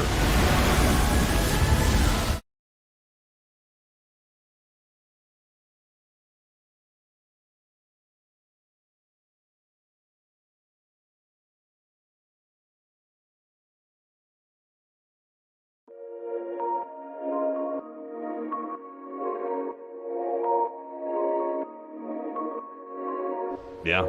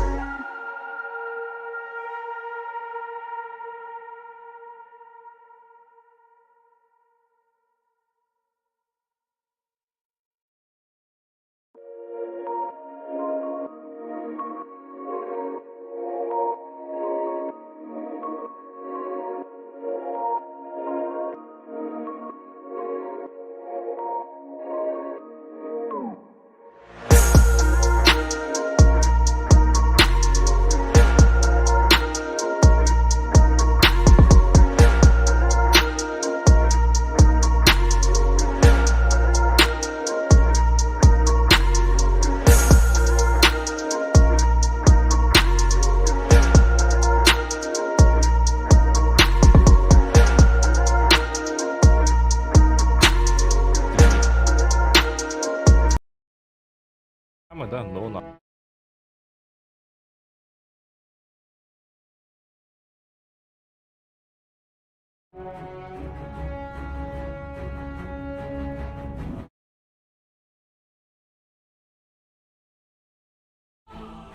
Here's the Radiant ban.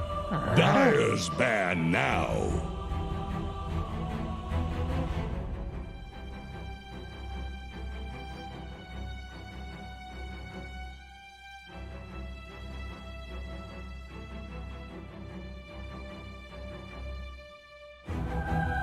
Ten seconds. 5 seconds remaining.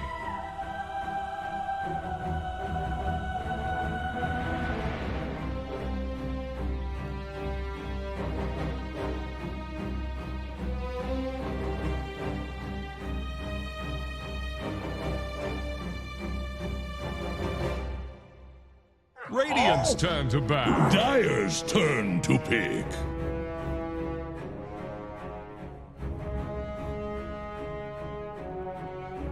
Radiant's turn to pick.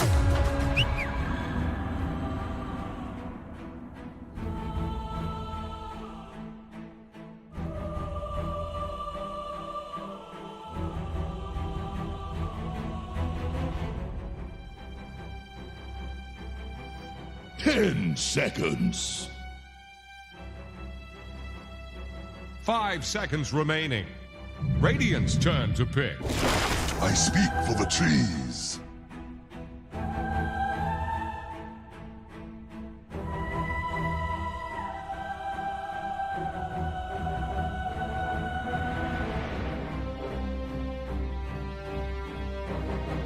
Ten seconds.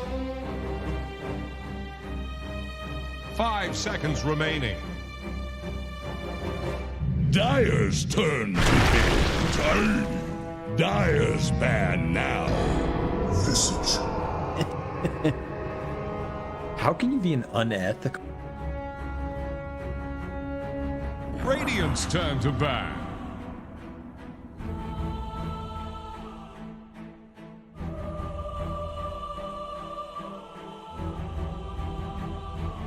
He's biased. The Dire Biased against get my a favorite ban. team. That's unethical. Here's the Radiant ban.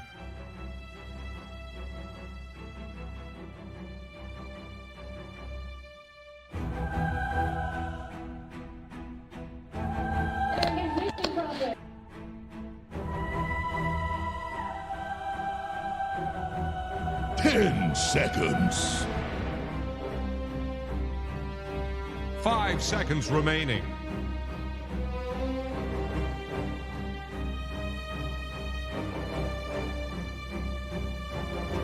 Dire's ban now.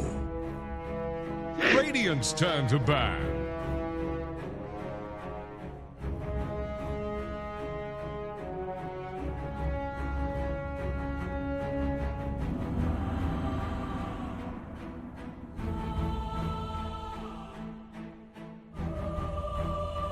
Ten seconds.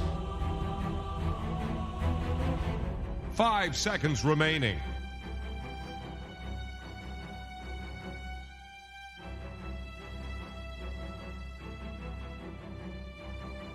Radiant's turn to pick.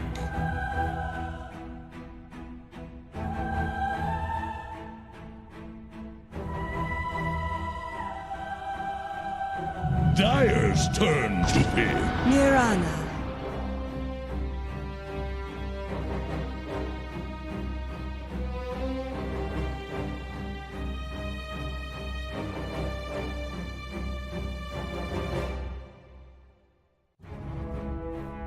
Ten seconds.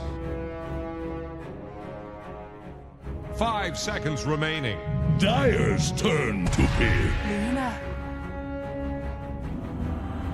Radiant's turn to pick. Bad Rider!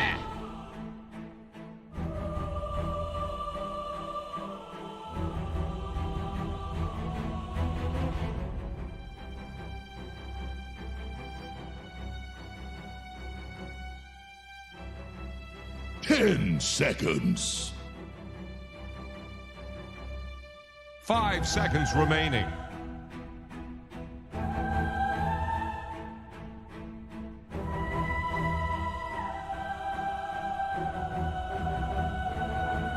The Dire get a ban. Imba Spirit.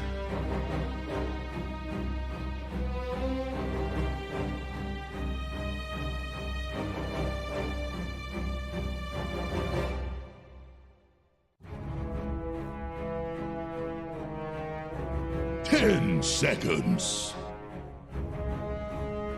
Here's the The Radiant Dire ban. get a ban.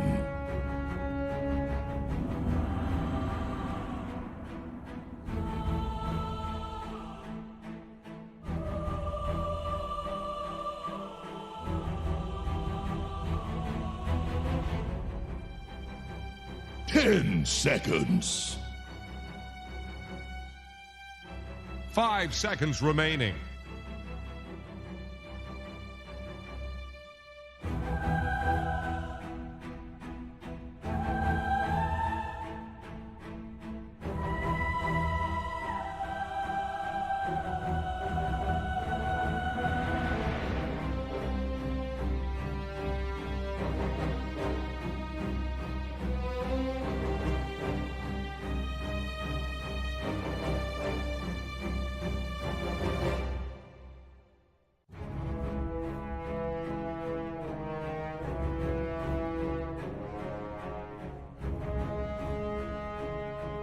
Chưa biết ạ.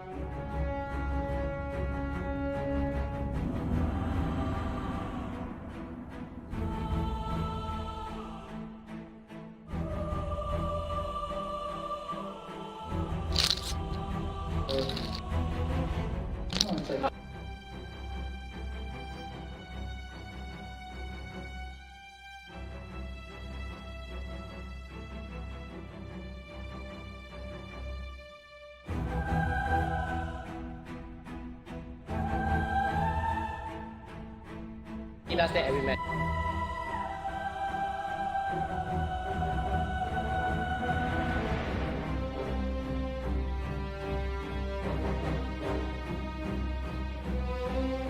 Radiant's turn to ban.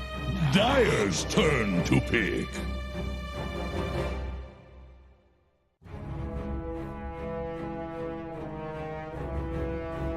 Radiant's turn to pick. Face the light.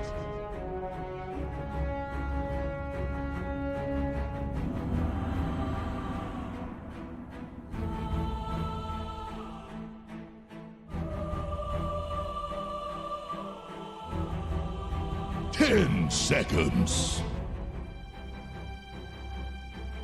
5 seconds remaining.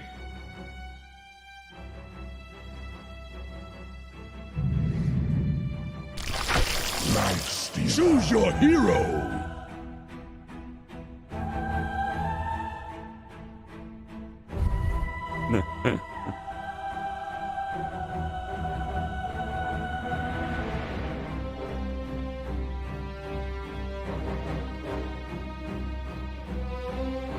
Shit, that news.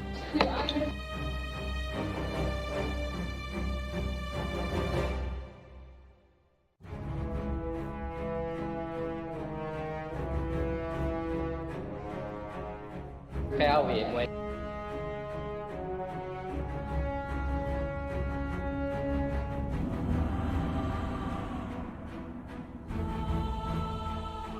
Ten seconds. 5 seconds remaining.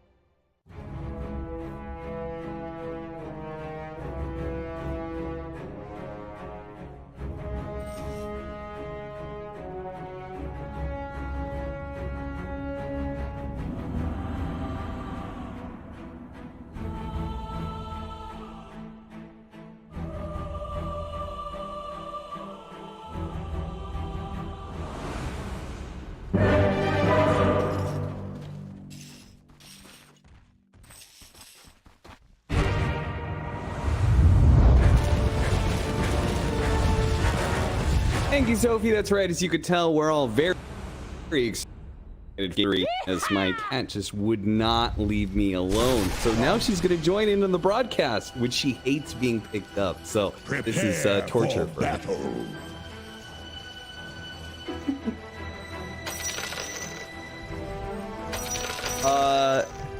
Immediately scrambled out of my arms as quick as humanly possible, so I don't think she gives a damn about who's going to Berlin. Though that is technically her home. I actually bought her in Berlin. Poise and victory. And a giant cat. Probably got a cool backstory to it. Honestly, no one cares about your cat. Because we're playing for a major here. Unless your cat's going to the major, one of these teams is. It's all on the line. 3 weeks. Hardcore. Down to a C. Apps a C. I feel like this game is about Bob Bat. How much does he get out of the lane?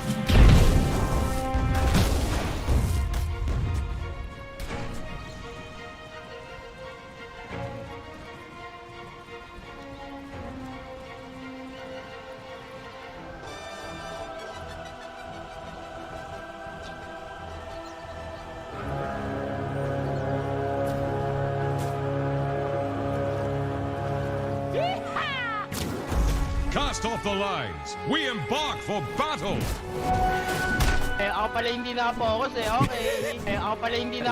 No, that wasn't your first reaction when Lifestealer was picked up. Well, I mean, I always have a visceral your reaction was a little bit more visceral. I just don't. It was a puking sound basically, but it is, you may not like the hero, but it is a good Lifestealer game. You'll begrudgingly give it to them. Yeah, I think so. I think you can definitely do some work. I kind of like this hero versus Dawnbreaker when you have another semi-carry like the Furion. I think he just stands there and man fights him, man up, and then it's pretty bad. So I like what Lifestealer can provide this game. Should have a free laning phase. The downside is I don't think you can really pressure the Visage too much with this hero upon him. So maybe you're giving this all the opportunity to come online with Lifestealer pick, but I think it's fine. I think drafts are whatever in this. It's honestly about who plays better and who chokes less out. However you want to frame it. The pressure's on. You just got to perform. You got to outplay your opponents at some point. The game to do it. Not for you. And mid lane's already been a little bit dicey. You already allowed 7 stacks to tick up on him. In part because he went for the sleight of fist timing towards the end of the sticky napalm, but he didn't quite time it right. And then, you know, he ended up getting stacked again, and then he had to just play outside of lane until it went out entirely. So he's a little bit of a rough one, but Bob wasn't able to keep it going. So in the end, the CS seems to be pretty even. Dawnbreaker carry, we've talked about this one a couple times. In fact, I remember when I was mentioning to you this Dawnbreaker, China was running a support Dawnbreaker against the offlane Furion last patch. And you said Dawnbreaker is a pretty good answer to Furion. Why is that? I think the lane's really nice. I think it's a hero that deals with Furions throughout the majority of the game. Have ways to kind of deal with Sprout, at least in the mid game, and then just out man fight. Dawnbreaker does not really get out man fought in the late game by a lot of right clickers, and that's kind of what Furion wants to do. You also have this ult that gives you global presence to match his, which is stronger for a majority of the game. Now I think ultra late, when we're talking 5 or 6 slotted Furion with full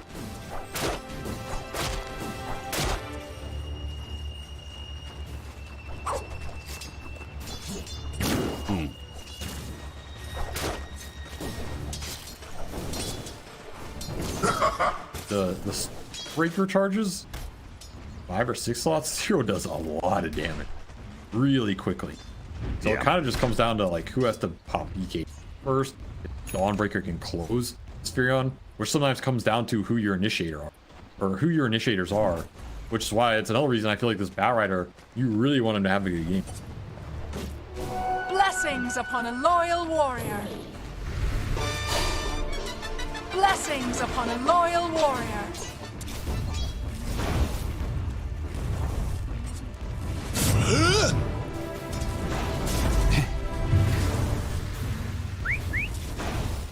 All right now, Bob has 6 denies. I'm keeping a close eye on the denies because that's part of where the kill power in this lane comes from, right? If you get level 6 first on Bat Rider, but for the Ember Spirit, then lane is real tough for the Ember. A little bit ahead. Getting there. He might have that window. It's going to come down to next minute here. It's a tiny bit more CS to open up that portal. We'll see what happens with the 4-minute power runes. Is yeah, this is going to be your first blood. It's looking like actually had a decent number of stick charges, and they didn't want to go for the dive, and that's fair enough. Water rune, Fairy Fire, and Ranger. Oh, he barely got it ahead of Ari's. Managed to refill the bottle, gets that little bit of a heal. His Army Geniuses brought both their supports to try and help out Yowie in this crucial period. If they could have taken away the refill on the bottle, that would have been super good for the Ember Spirit, who didn't even go bottle on this lane, had to go the Boots Rush. It's a chain build. Flight of Chains build. So this is the build we've seen versus Bat on this Ember be developed over the last month or two. I feel like people are very comfortable with it at this point. And the lane seems to be going better as a result. Yeah. He's just flat out doing better. That is something to take note of here.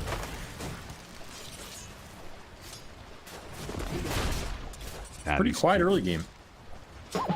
Still no first blood. Not really killing. Kind of just farm lanes with the core. Yeah. Like, especially this Visage lifesteal lane. I don't think there's any. Oh yeah, I haven't even looked at that bottom lane because I just figure, okay, this is a boring farm fest. Nobody's gonna pressure the Lifestealer, nobody's gonna pressure the Visage, and really I feel like the supports only die if they make a really crucial error. Which might mean that these rune clashes are gonna guarantee happen this game. I kind of expect them to happen in a lot of games, but in games like this where your silings are pretty static and support also about just lingering here, if you're not getting amazing free off, then you just go fight mid. Kind of the only other place to fight, and you're guaranteed to get something going with it. So I would not be surprised to see 20 seconds from now, 3-on-3 mid. Both these teams want to prioritize that power and coming up. You have the tiny level advantage on this Bat Rider. 6 off this creep before Ember 6. He's gonna go for it. Yeah, flame break immediately. Not quite enough for the lasso. I'm not sure if he was in range or didn't feel like he could get the kill, but either way, it probably means he always gonna get his level 6 off of this. They're gonna go and try and get away the illusion rune. They do manage to get it. Varys picks it up before Bomb can get the refill there. They're gonna try and go for the kill onto Shanks. Says, yep, the avalanche into the arrow should secure it. They're gonna give it to Yowie as he used the slight mid-air to secure first blood finally.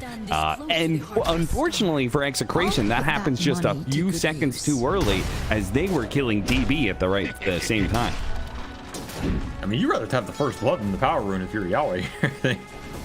You're pretty happy with that exchange, and if you're Execration, I think you take it, because shutting down Bat's momentum is better than gaining some early Fury on network. I mean, if DB doesn't die, sure, maybe that's optimal, but I think this is still the better trade from a game concept standpoint.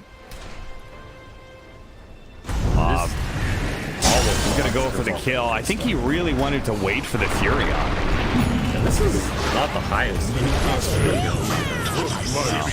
But Ember Spirit counter rotates and does manage to get the kill onto Carlo as a result. Of course, he had a remnant up, so it's a lot easier for him to make a rotation like that. Very low commitment.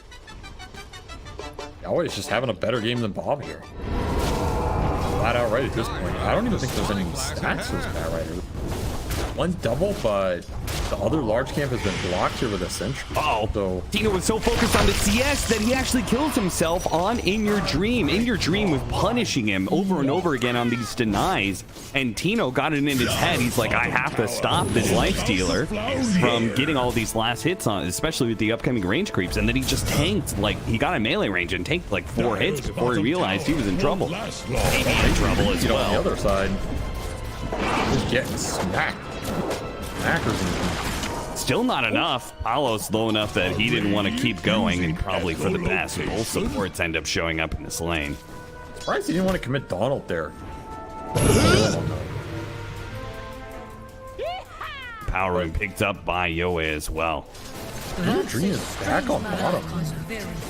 This No TP on Visage. You do have to be a little careful now trying to get to the 6.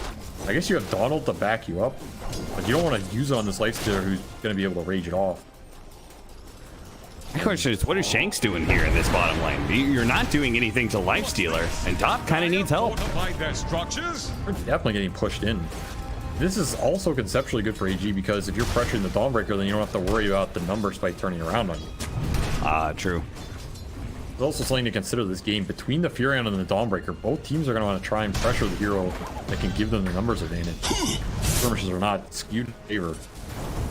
Especially with the start, some of these like this Dawnbreaker is the most powerful hero in the game right now. Wallace is really strong when he comes in on these counter initiate. We're going to see both supports for AG roam to mid. But again, Dyer's middle tower is under pressure. Play when you have this Dawnbreaker roll. Scary to me. Oh, it's someone else. They definitely have to be kind of a kill at a distance, you know? Maybe with the Avalanche Arrow. And then Yoei can commit with a Remnant out or something. Either way, Definitely. are they actually going to be able to kill in your down? He gets off a rage and he's got an infest, so they keep on trying to force the rages out of him, which maybe is slowing down the Lifestealer's farm a little bit. But we do have to question just how efficient it really is. Just trying to make him mess up. He messes up and you can hit him with all the lands, huh? Yeah. Hit it. Easy kill. Army And that took a Geniuses. while. I mean, that was probably a kill even without Yoei, but he came in for the extra bit of insurance, and they will now take this tower.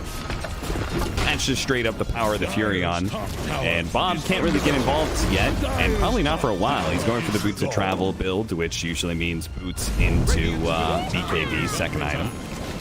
This is a kind of slow Boots of Travel. I feel like you wanted a minute or two faster here if you're having a really bad. I mean, we've seen some 6-7 travel is going to be close to a 10.5. Just like your ships. Excellent. Yeah, they Jokum, he sees this stack, and the Ember is going to try and clear through it with slight spam. Not a thing. Why is this happening right now? I don't know. It's really weird, but Rage is now down on In Your Dream, and they've already used the Infest earlier to save himself, so they managed to get it out of him enough times that Bob was able to make a successful rotation. Paul's joined in on that, so his ultimate is now on cooldown. Clear pokes, paying off. Sometimes they create little openings you can take advantage of, and that's a big kill to kick the Slicer out and take the tower. Under pressure. Get this Visage rolling, who's now decent level with Vlad's already up, so the ball can start to come online here for Execration. And the thing about their ball this game compared to that last one where they did a similar strat is Dawnbreaker can always deal with the Furion map pressure and still be able to join that group up. So you have initiation from the bat that can pull him into the Visage Loon of Auras. Then Dawn can choose to join that gank or fight or not. And that's a pretty powerful tool for Execration to play the map this game. Whereas for AG, their fight's kind of dependent on timing blink. Outside of your just slight chaining people into arrow, which is going to work for a little bit longer, but isn't necessarily guaranteed multiple engagements. Yeah, especially seeing as the Visage is not going to put up with that. He's got familiars to block it out. But if that's the case, you feel like at this point you should just kind of run around as your Ember Mirana and then leave Tiny to it in mid lane, just let him farm up Blink Dagger. Honestly, I feel like you don't try and force it win. now if you're AG. If Execration are to let you farm, you trade farm until you get your first big items, and you kind of read their moves. If they come into you to try and take the fight, then you counteract it. Scanning for enemies. Gank will be a long smoke, but it's a hit. Fight the bullets. Fight the arrows. Did he eat the whole thing? You can find this little stuff, it's great, because your Furion's just pulling himself back in the game. Highest net worth all of them, doing Furion things. Ags rush it'll be. Yeah, he's got it too. It's 80 golds, and he'll have an extra mechanic to be able to work with arrows, so that's kind of an interesting idea. Dyer's definitely middle seems nice tower this game. is drowning. You don't have a lot of early spell Structures on are Execration's side. Especially if Paulus is going to go Crystallis after this Echo Saber. It's gonna be a very slow. Or maybe just relying on the shard immunity, but that only gets you so far. Especially versus poke damage. I do like the Fear on Ags. The Fear on Ags can do a lot. Nice little poke there on the mid lane. Yoe was able to force a lot of rotations at the Remnant for safety, so even the two supports very easily reset. Looks like Tino is going to start taking over the mid lane now that the off lane tower is gone. I feel like Execration want to make a move. Yeah, I'm surprised Tino isn't making that play, right? I feel like the Visage is super strong. Doesn't he just get mid tower over and over again? He's afraid of getting smoke trapped with a tiny toss or something, but you're just using on the map. That is a lot of burst. Meanwhile, Yaoi's just messing with you 1v3 almost. We almost got that kill on Carlo. That was a smooth move right there. Like, this is just not that happy of a map setup, I think, for Execration right now. Because there's no pressure anywhere. Maybe you're just waiting for this pipe on this. It does feel a little slow because Luna support is pretty bad when group ups aren't happening. So if you have windows where you can group and make stuff, create opportunities with fights, break ult up, I feel like that's what you should be looking to do. And now instead you lost your tier 1 instead. Makes this tier 1 move a bit even harder for your Visage because he doesn't have this anchor point. You can't smoke to try and get something going with this double damage Batrider. You need a good core kill here, I think.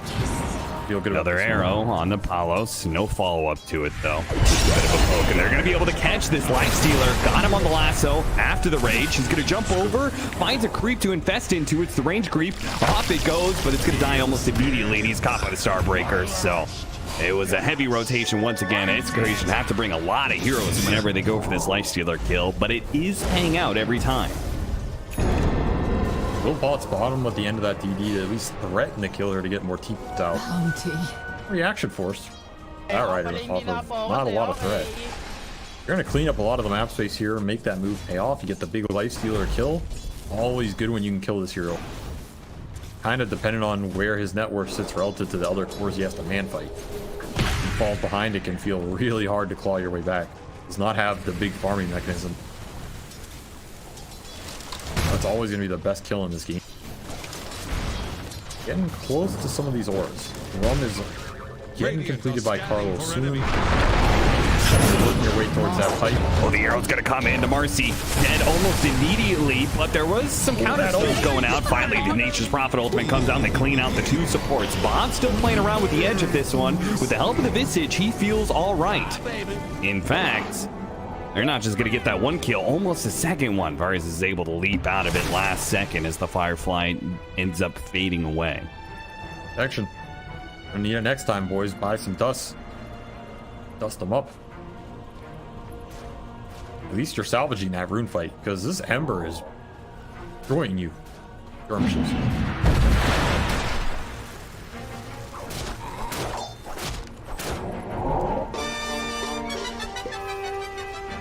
Yeah, you could definitely see like the two strengths of those lineups in that little skirmish. Like on one side, it's Ember Spirit with the arrow and Nature's Prophet ultimate just helping to get these heroes low enough he can commit for the kill, and then on the other side, it's the Visage. The Visage is at a point where you can't really contest this hero once it comes into the fight, and that's before the pipe. Pipe is coming in right now, so it's finally time perhaps for Execration to make a big move. I think it for sure is. You have to remember, you have Luna Aura for the birds, but you also have Sidekick. They're really strong birds. About as strong as you're going to get. They're going to shred people right now before the big late game armor items come out. Oh, so close. Loosen Beam and a follow-up rebound lasso. Both attempted, but not quite there. Just a half a second between life and death for Yoe, and as a result, that goes from a definite mid-tower push and probably would have taken it to now a bit of a poke for Execration. And Army Geniuses do have a chance to be able to respond and push back a little bit as the creep wave immediately dies. So there goes that. Jump over, Power Rune, picks up a Haste Rune. Pretty good for Yoe, who's out of Remnants right now. Furion ult was Radiant useless. structures are Definitely just fortified. man up and take the tower. You're not fighting this Visage ult. Are AG actually going to try? They're bringing lifesteal. Bitch, Deso.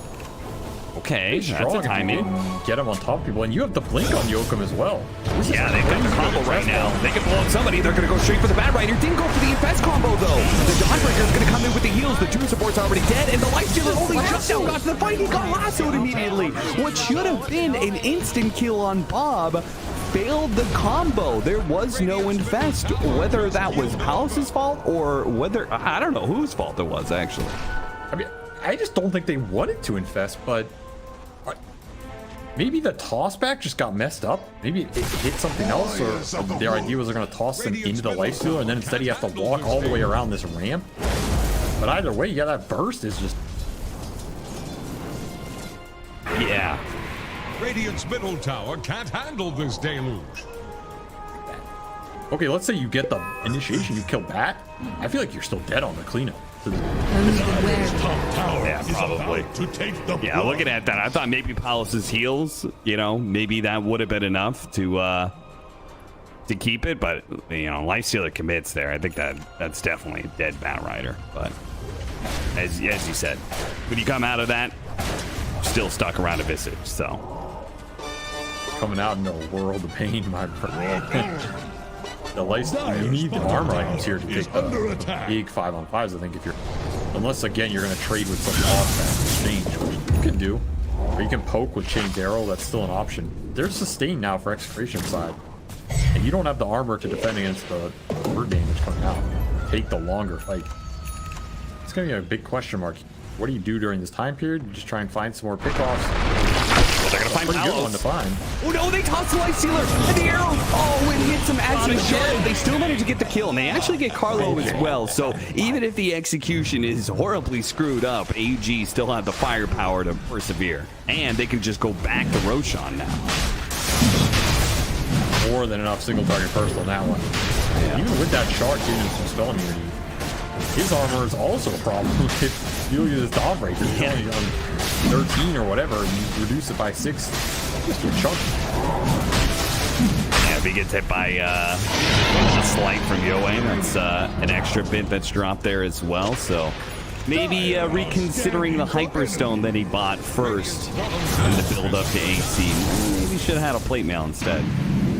Definitely a little greedy, but it gives you the faster farm rate, and you're playing for those later timings anyway. And more importantly, AG find that fight where the Visage can't be there. This is where this is the type of thing I think their lineup should be abused. The fact that they can use the Ember and Furion to shove waves out, force the Visage to show somewhere, and then you fight away from where that hero is. So he's not the first contact, he's not creating this wall you have to go through. Like that mid-river fight, you're just plowing into the Visage. Radiant's bottom Bob. is under attack. He tried to sneak onto the Ember Spirit there, who's trying to slow down these pushes from the Visage. Meanwhile, DB on the other side, they're going to have the TPs coming in, so they may not have gotten that kill they wanted on the Ember Spirit, but they get the tier 2 tower and stop DB split pushing. No trace. I'll try and pick him off for lingering here. They Toss back, do. little deep. Palos, once again, Magic Immunity makes things a little bit hard, and in your dream doesn't want to dive a tier 2 tower, especially with the extra tower aura. That armor is probably pretty significant. Well, that's nice for sure. We did smoke out of that, and it was kind of a waste. That's unfortunate. Well, I think Execration are very happy with the tier 2 bottom into a Furion kill. They have a lot more room on the map to play with, and they can push towards this AC on Palos, which I feel like is a huge time in this game. You're going to debilitate the Deso here for a bit. Armor versus what's mostly a physical core-oriented lineup. Buff up the birds even. The bird apocalypse. It's coming. They're also going to be getting Crimson Guard as well. The team is going to be getting Crimson Guard, rather. So the Tino will be completing that soon, so that'll limit the physical damage even further, especially the damage from the Ember Spirit that comes out with these slights. We got so far stopped out of smoke. In for the Visage kill. They're going to try and jump him down. They do manage to do so. The Dawnbreaker's going to come down, though. Hits the Ember Spirit, try and burst him, and they do manage to get that much. But Palos, he wants to stay away from In Your Dream now. They do have the lasso, though, with the Eclipse. Can they burst down the lifesteal? They're going to try, but the rest of the team soaks up some of those charges, and In Your Dream is ultimately fine. He still had the Aegis after all. Will be able to burn it out, though. Really good play by Bob, and he's going to go for the supports as well. This is an excellent Firefly usage by him. Pops the BKB to ensure he gets the kill on the other support that he was looking for. Jokum does go down. Real target burst enough to break that Visage wall. Decent use of Aegis here. You don't get that Dawnbreaker kill, which is a big prize, because now he's going to farm for a lot, and he got a lot of levels off that fight. I mean, Paulus is level 17. He's big. He's big and bad. Yeah. He's going to be able to get to AC. So not everything AG won out of that exchange. But considering you're running into the Visage front line, that's where those fights are the toughest. You have to just commit so much to kill him.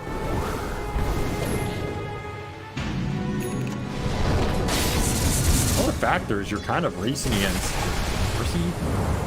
I guess we're just gonna rush BKB this game. I feel like Shanks. Maybe he could have, but he's gonna die again here, so that'll delay the BKB. But yeah, if he can get to that BKB timing, and if he could survive through some team fights, maybe we get to the Basher, and then, you know, then you've got a support that is able to kind of lock down any core that it wants to. It's really annoying for these. Them getting man-fought bashed by a support Marcy with Nora and AC. They're gonna go for Tino again. They toss him in front of the Visage Familiars. Here comes that arrow. It actually hit one of the bursts, so this time around they're not gonna be able to get that quick burst, and In Your Dream has to get out of here. Infest inside of Yoei. They go for the supports instead. Yokum's gonna be the first to fall. Double damage is pretty dangerous. Not dangerous enough. Execration. Yeah, they're just too. The ball is way too tanky. Yeah. Keeps building the auras. Wraith Pack next on the menu. I do think you want the shard here in this. Yes, I think so too. The only other thing I would say for this Visage, because I think if they go like that and you get the shard. Radiant are scanning for enemies.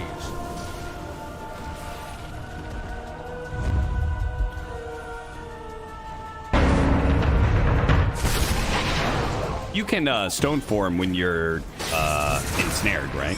Radiant's top tower is on the roof.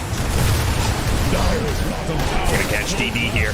They have the lasso to be able to stop In Your Dream too. In Your Dream needs to get out. Save me. He doesn't have it actually. So now it doesn't even matter if he got to his team. The Infest was still on cooldown for 40 seconds, and Execration. Well, I think that was part of why they made that aggressive move that they did. An excellent catch, bringing down 2 cores, and we'll be able to take over the map now. I thought he had Infest there too. Looked like he did. Yeah. Doomed from the start. Just a good smoke from Execration here. You're looking towards the second Roshan. That's what Execration want. They feel like they probably cannot lose a 5-on-5. And you get that second Roshan with Shard. Maybe that's where you give it to the Visage off that. Oh, who else do you really give? Dyer's Already top bought the tower Dawnbreaker is one. under attack. Yeah, it's probably just going to him. So then his build-up makes even more sense, right? Need the extra gold.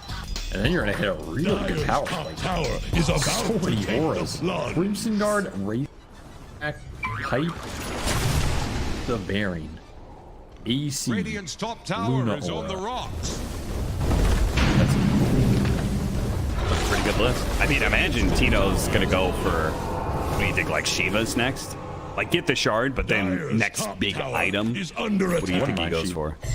Oh, he still has, we don't have a Greaves yet. You didn't list the most important Aura item, perhaps, in this meta. He's working on it. I mean, you can't get everything at once. Yeah. But I'm saying, compare that list to AG's list. Yeah. It's mech. That is the list. That's the entirety of the list. So there's some disparity here, and that's why these fights are just so hard. They got to push through this period and get to the later stage where the damage comes online, and the right-click cores can offer enough of a bite, chunk through. That's what they're looking to do. Yeah, I mean, one big important part is they do have 3 physical damage scaling cores, right? So if they can go to like 45, 50 minutes, they'll probably be looking pretty good. Bottom tower is about to Get there in fall. one piece. Radiant's middle Now tower. Execration is trying to break them into pieces as they've taken down the tier 2 mid. They're going to go for the top tier 2 next. And these 2 towers gone, that limits your control over Roshan considerably if you're Radiant side. I mean, you just do not own any real estate near that area. Radiant's top tower. It's all disappeared. Crumbled. Now you're facing the ball at your base. Okay. This is a bold Not move. Aegis push. My god, that tier 3 died fast. Okay, still alive. Gone. 20 health. It is gone. You think it's there. It's an illusion. This is a shadow of the tower's past. Radiant's top tower. And there it goes. Not the most valuable glyph I've seen. Dire's bottom They could get tower it is off. under attack. A free one. That is true. It was a free glyph. AG, you've just kind of been lingering around here. This feels very indecisive, which is not a good sign in a high pressure game. I feel like they're unsure of how to take the fights, or they're not just splitting the map. If you don't want to fight, that's fine, but then you need to be maximizing the map. Get on the enemy side, getting some form of lifesteal. I feel like in your stream has been running back and forth in this area for 3 minutes now. And I don't necessarily blame him in terms of Tide turns against Radiant's top. gotta commit to something. Otherwise you're just Oh, like Bob, he tried to commit for something, almost caught Yoei, which would have been a massive pickup. And now his TKB on cooldown. Tino, yeah, they just do way too much damage. Arrow, nice arrow. Palos done, toss back, there we go. Going back in, they got a silence off on him too. Palos having trouble to be able to deal with all this when he just gets bursted down. Now an opportunity, a moment of weakness from Execration, and AG are going to try and pounce on it. They chase after Tino, he's pretty tanky. In Your Dream, still going to go for it here. Yokum tosses him back. Carlo pops over the trees, but he gets arrowed to death, and Tino's going to fall right next to him. The familiars are going to die as well. Big gold pickup for AG, and look at that. Roshan is theirs for the taking as a result. This push could not have gone worse. What a randomly good arrow from Varese, man. Seriously.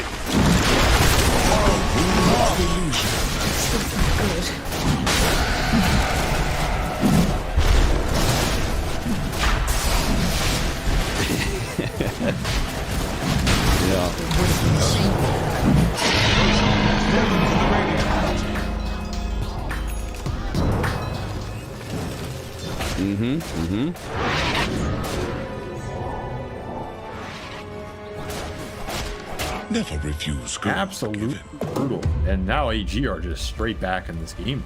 Because now you have Aegis on lifestealer. He can commit in a jump, not be as afraid. That aura timing gets shot down heavily during that period. Bought a lot of time for your cores to get some good items here. Radiant are scanning for enemy. An 80-20 Power. swing that goes right back down to 50-50 pretty much. As they have a successful scan on Bob right now. Infest teleport. The Infest teleport. He's going to walk around. He knows he's somewhere around here. Oh, the blink away from Bob. He got a slight heads up of what was going on there and barely sneaks away with his life.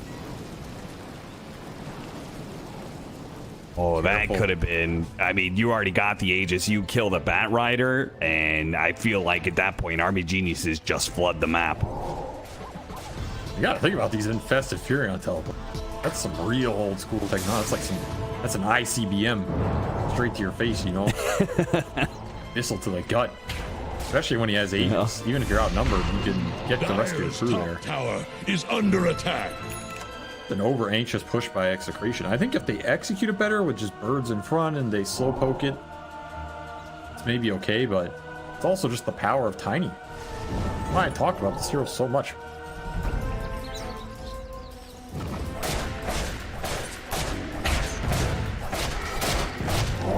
Vengeful Spirit. It's not a, you wouldn't be in a spot to do that. In fact, you might It be a hurts level, because it's true. you might have level 1 swap still, so I don't even know if that's true. You might be standing on your high ground. Repositioning is such a powerful tool. Vengeful Spirit swap. Surely it's a broken ability, but it's just on the worst hero. I mean, that spell isn't even as good. It's just the worst reposition. Yeah, it's just the worst toss. Arrow. It's a technically- little vision.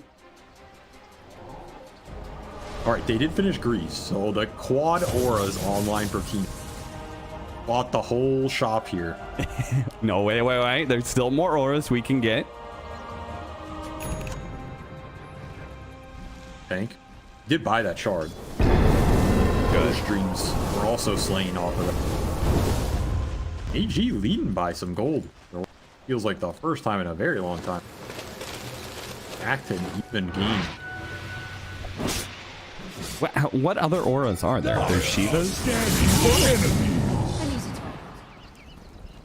They already have AC.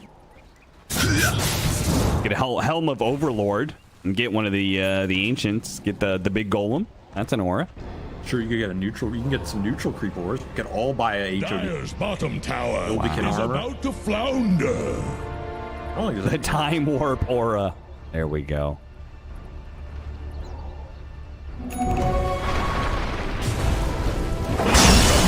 for the Bible. Catch Varies. Mid lead. Give up hope. Pick off. I mean, Execration are still in a scaling court. Visiting Palm right. Yahweh, EKBs for that arcane rune. Probably worth it. Yeah, I mean, both him and the Bat Rider used that arcane rune really, really well. I still think Execration can win these late game man fights. It's not out of the question. All the auras, the pumped up birds, the pumped up physical, and scanning for enemies. Unbreaker, who now has Beacon. That also changes some of the paradigm here. Yeah. It isn't as susceptible to just getting bursted off the jump. You even got Carlo rocking the pumped up kicks. Oh, he has ceremonial robe. There's another one. Hey, another aura. Nice. We didn't think about the neutral item auras. That's true. I was thinking, was there a neutral item with an aura? That's the only one though, right? No, the tier 5, the Oh blade yeah, mail the one. Arcanist Storm. Yeah. All right, big smoke here from AG. The Shiva's on Yahweh done. Seaford in your. They have those big late game armor items. This no. Find the opening. The Aegis is just about to expire, so Execration, I think, are also ready for a fight. Knowing that, like, okay, Aegis is expiring, they probably want to try and put it to use here. They don't. It falls. No action is received. The Abyssal Blade is almost done for Palos, which starts getting a little scary here. The Abyssal Blade, and then you follow up with the Starbreaker. That's some heavy burst and control. Nice toss back. Into the Familiars, though. The Familiars, once again, blocking the arrows, and they have the save from the Dawnbreaker. Low commitment, or maybe a little bit too much commitment, as it looks like the Tiny is going to be caught by this one. AG are going to fight for it, though. Shanks with his BKB is not scared, though. And instant buy, yeah, from the Tiny. So Execration call it quits, resetting now. Dangerous poke game. Once you're committed, Execration do not want to let you get back out. TV is down for Shanks, so maybe Yahweh feels like I'm just gonna go in here. Gonna go for it. Extra movement speed on Carlo, but he's slowed down or locked down by the chains. Quickly killed, and nice teleport forward from DP. Catching the supports here as well. One TP out. Shanks, though, is going to be the recipient of another slight chains. That'll find another kill for AG. Oh, Yoko, it's your buyback. Oh, that is going to be a dieback. That's a nasty one, and his team can't really get here in time to punish. Well, if Furion can, of course, he can always teleport in. He'd be teleporting in by himself. The rest of AG, they're making their way over. Oh, they'd have to go into a high ground here. Yoe with the Shiva is going to get some reveal, some information. Nullifier onto Bob over there on the side. In your dream, marching forward, trying to challenge. And they're going to go for a fight here. Palos will be able to go for this one. They have the Blackora out inside. They have the Lasher as well. Nullifier out onto Palos. He's had the Starbreaker breaking through the Lifestealer. The Lifestealer can't actually outman fight the Dawnbreaker. Not with this much control. And a nice slam from Tino, who uses his stone form to be able to get the AoE stun to stop that TP. Varies is now going to be caught as well. A Lucent Beam stuns him up for a second. He's out of lead charges, so that's going to be a fourth hero down on the side of Army Geniuses. Execration, a clean turnaround from them. Palos Starbreaker might have just broken the. Radiant's middle tower is under attack. Dire's bottom tower is under attack. Radiant's middle tower can't handle this day. Radiant's middle tower. Now that early control that Execration had, there's no buildings to protect. There was no tier 2s left. It was just tier 3s and barracks, and they're going to take a whole lot of them. The failed high ground from earlier paying off. Yeah. As they just get to clear through. It just be megas. You don't have eyes. Okay, one glyph. They're gonna have like 10 seconds to clear through megas before the lifestealer is here. See how fast they can do it. It's pretty damn fast. Has rung its last bell. Ill. They don't want to throw it. That was a moment. It's one of those moments where if you overcommitted and you threw away that fight, it gives AG a chance back into the game because they do not have buybacks on certain heroes. And you know what? I'm okay with it. Like, if you're confident you can take the next Roche fight, then I think.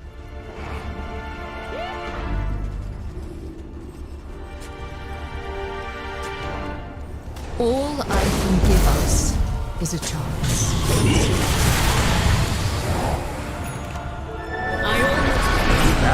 Back in the game. Take off in the Roshan pit. Shanks. He's going to be caught. See if they get enough bashes. BKB to manage to get away. Meanwhile, the Starbreaker is coming through. Yokum, he's going to be the target here. The Tiny almost already dead. Infest pops out. Only gets a little bit of reprieve. And now toss back. In your dream, he's dead as well. No buyback on these heroes. DB is going to be falling as well. Execration. I think they just snuffed out the light of Army Genius's run to the Berlin Major. They have been a brilliant performance here in this second season. They came up from the lower division. They immediately started smashing some teams. Excellent performance by them, but ultimately not enough to get over the finish line against Execration. This series was the series to determine who would be going to Berlin. And with this Megas inbound on the side of Execration, it's pretty much all hope is lost for Army Geniuses. There's a will, there's a way. Start casting them Furion ults. You're gonna need a lot of them to make that comeback here. Especially as how tier 4s are dying. They do have a buyback on the Lifestealer. So they will. The problem is they're up against a 25 toss back on a Visage. That's something. He still has the stone form ready to go though, so he is not an easy kill, and your dream's gonna find out. Starts pushing forward for it. The Wraith Pack does end up going down, but Tino, pretty easy reset for him thanks to a 4-staff and the movement speed he gets. He's out of there. I mean, the 5th aura for him is online. The Shiva's there.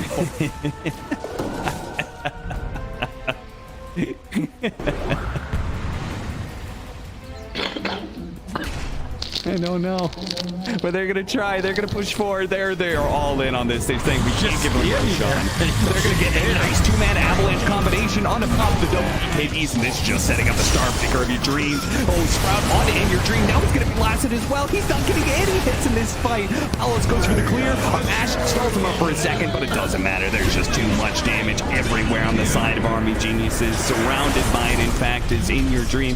The rest of Execration cleared out. GG is called, and Execration are going to Berlin. For diplomacy.